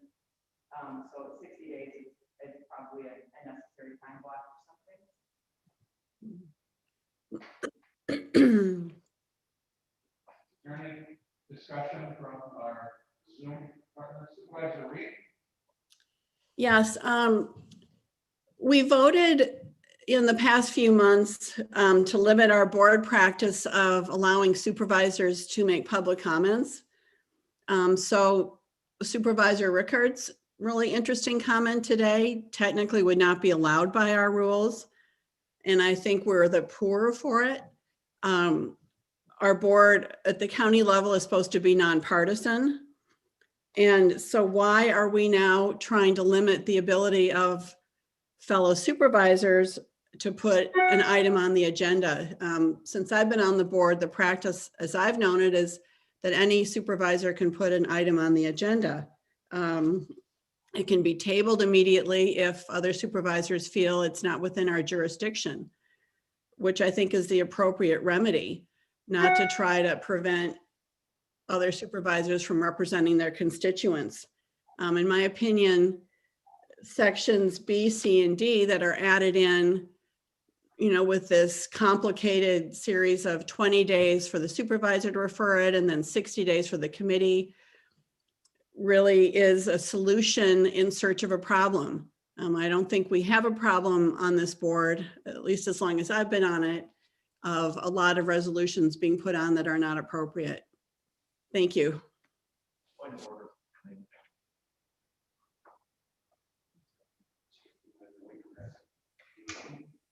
The main thrust of the policy is to get things to go through committee before they land on the county board agenda, for obvious reasons of investigation, development, that sort of thing.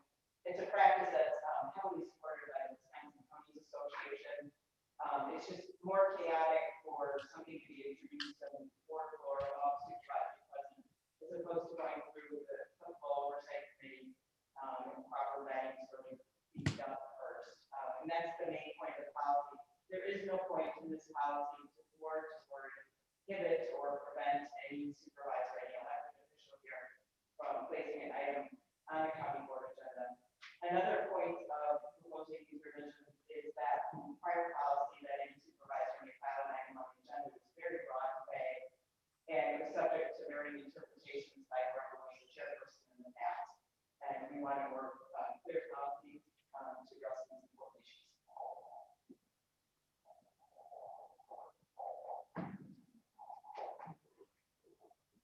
Next up, is that Supervisor, thank you, Supervisor Reed, Supervisor Nickel. Thank you, Mr. Chairman.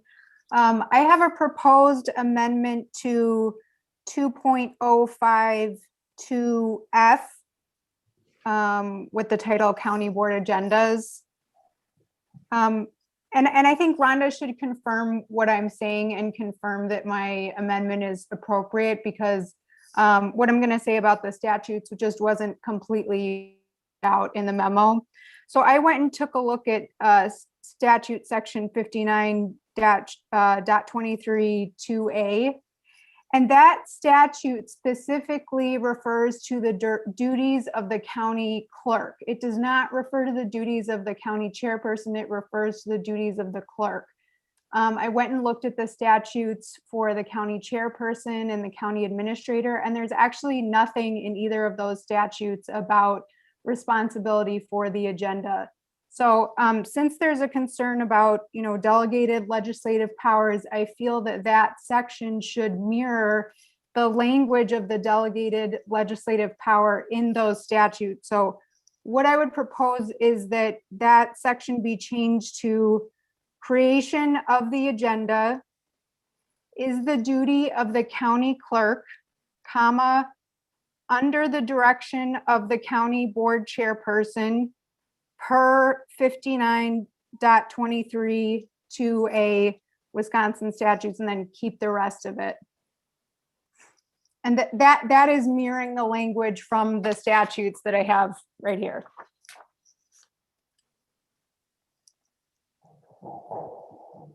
Rhonda's researching it right now, looking at the stats. Please hold. Yes, that is correct. That would be consistent with the language of the statute. Basically, the amendment proposes to eliminate the county administrator's role in the creation of the county board agenda. It might be good for her to repeat that amendment. I don't know if we got that down word for word. From the agenda creation process, exactly. Her amendment proposes to eliminate the county administrator. The statute just references the clerk and the county board chairperson.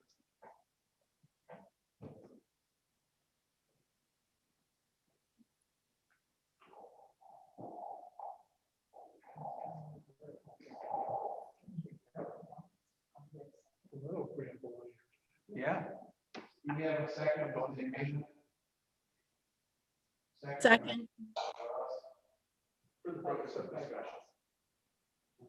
For the purpose of discussion. For the purpose of discussion. Okay, Supervisor Minkle. Supervisor Minkle. Oh, boy. You want to go ahead and repeat it word for word, please? Okay.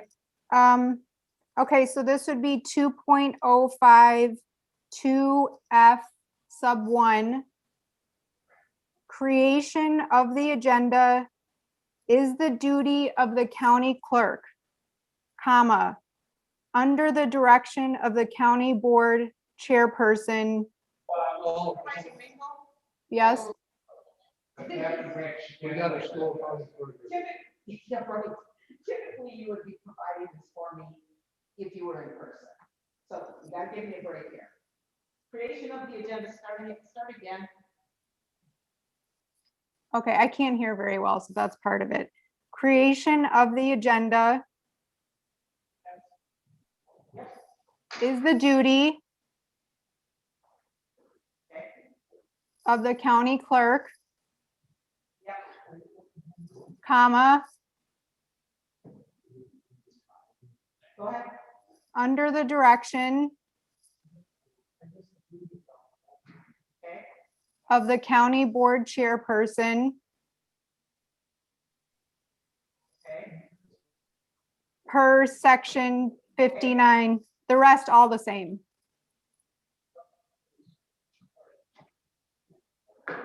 Pardon me.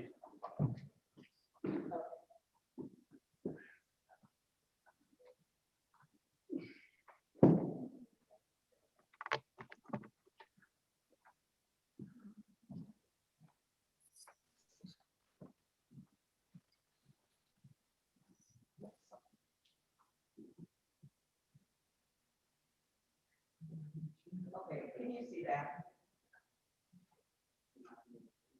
Creation of the agenda is the duty of the county clerk under the direction of the county board chairperson per section, and then the rest of per section 5923 to A, Wisconsin stats, and circulated to the county board not less than 48 hours before each meeting.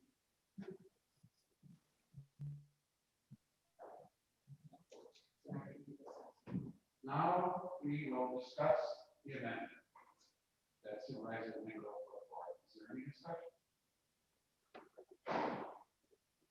Supervisor Miller. Yes, I'm not comfortable with eliminating the county administrator from setting the agenda and being part of that. I think it's been that way with our current county administrator and the previous one. And I think it's worked well. And I think county administrator is an integral part of setting the agenda. So I would be close to taking him out of the process.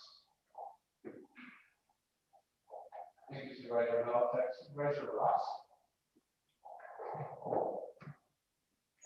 Thank you, Mr. Chairman. I second the motion, obviously, but I think the supervisor, the administrator needs to have a role in that. I don't think not actually listed in that paragraph will preclude him from playing a role in this.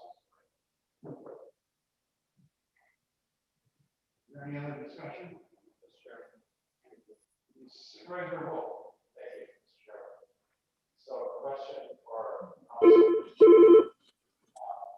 Rhonda, would you agree with Supervisor Ross's comment that this language doesn't necessarily exclude the administrator from playing a role in agenda creation? Just eliminates or articulates responsibility for clerks under the direction of the chairperson. We're not shutting the administrator out of this, is that correct? The statute, it doesn't prohibit the administrator from participating in this. And even if the amendment went through, I don't see any reason why a chairperson could not contact an administrator to discuss the agenda of questions or ideas or anything like that. I don't see that. It would just specify whose duty it was to make sure the agenda was great. So that's by state statute. So this amendment, more accurately reflects language in state statute, but again, does nothing to exclude the administrator from participating in the agenda at the chairman's request and the creation of the agenda. I would agree with that.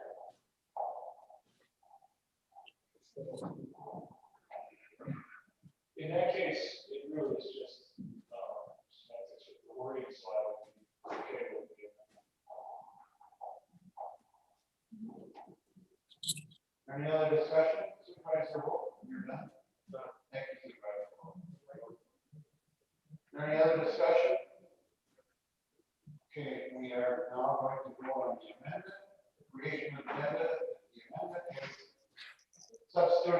which creation of the agenda is the duty of the county clerk and in the direction of the county board chairperson.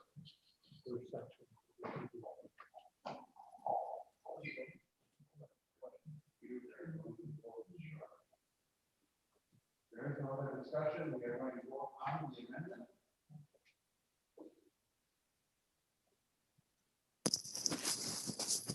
Supervisor Larson, Aye. Supervisor Harrell. Supervisor Word. Supervisor Word, No. Supervisor Marchese, Aye. Supervisor Strong, Aye. Supervisor Braverman, Just to be clear, we're voting on Supervisor Natalia's amendment to the amendment or amendment to the aye. That's correct. you said aye, correct? Yes, aye. Supervisor Reed, Aye. Supervisor Mako. Yes.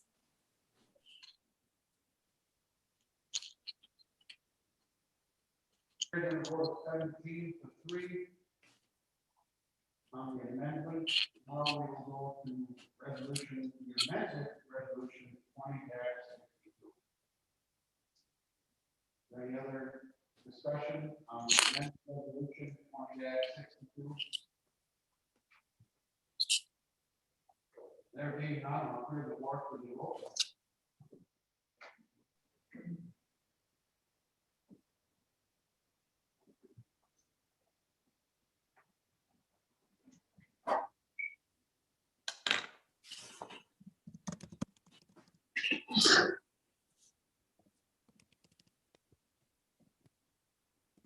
Supervisor Larson, Aye. Supervisor Word, Nay. Supervisor Marchese, No. was that no? Did you vote no? I voted no. All right, Nay. thank you. Supervisor Strong, Aye. Supervisor Braverman, Aye. Supervisor Reed, Are we voting on the amendment or on the whole resolution? we're voting on the resolution as amended. No.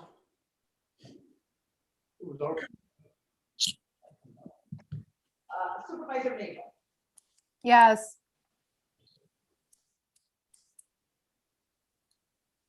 Motion carried on a vote of 16-4. Next up, we have ordinance 20-5, shoreline floodplain zoning map amendment, town development, in section 6. We have a motion from the floor, motion made by Supervisor Joe. We have a second. Second by Supervisor Haas. Any discussion? Any discussion? If there is no further discussion, I will clear the board from the.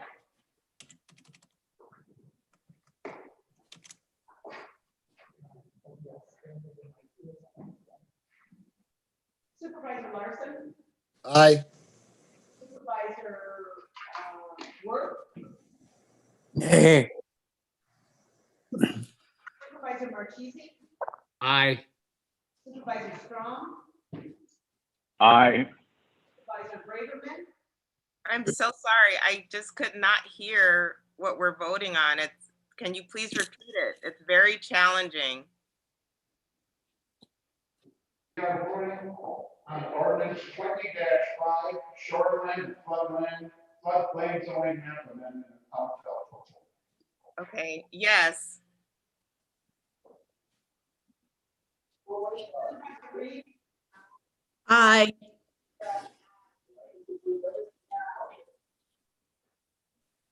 Supervisor Mako, Yes.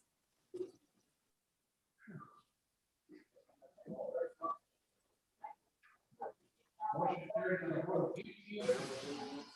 Next up, we have committee appointments and reappointments. We have a motion. Supervisor Nelson, we have a second. Second by Supervisor Irish. You can see one of them is our Supervisor Oz is going to be in the district. So, is there any discussion?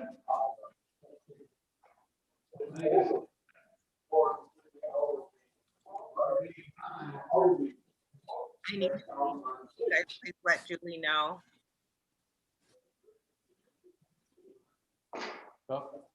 Supervisor Bradford, Supervisor Brigham, do you want to vote before you leave? Supervisor Brigham? We're putting on the appointments, you want to vote? Do you want to vote before you leave? The appointments, is that what she's saying? Yes. Yes. Yes. Yes, I vote yes. Okay. Supervisor Larson? Aye.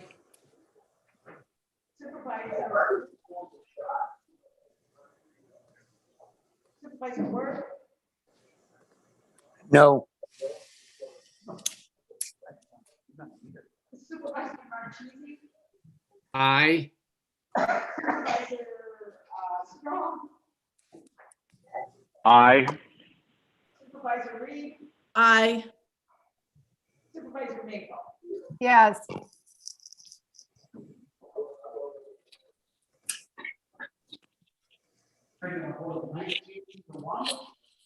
Daily committee reports, when you meet there. We have a motion to adjourn. Made by Supervisor Cornick, second by Supervisor Clark, all in favor, say aye. Aye. Aye. Carried. Meeting adjourned.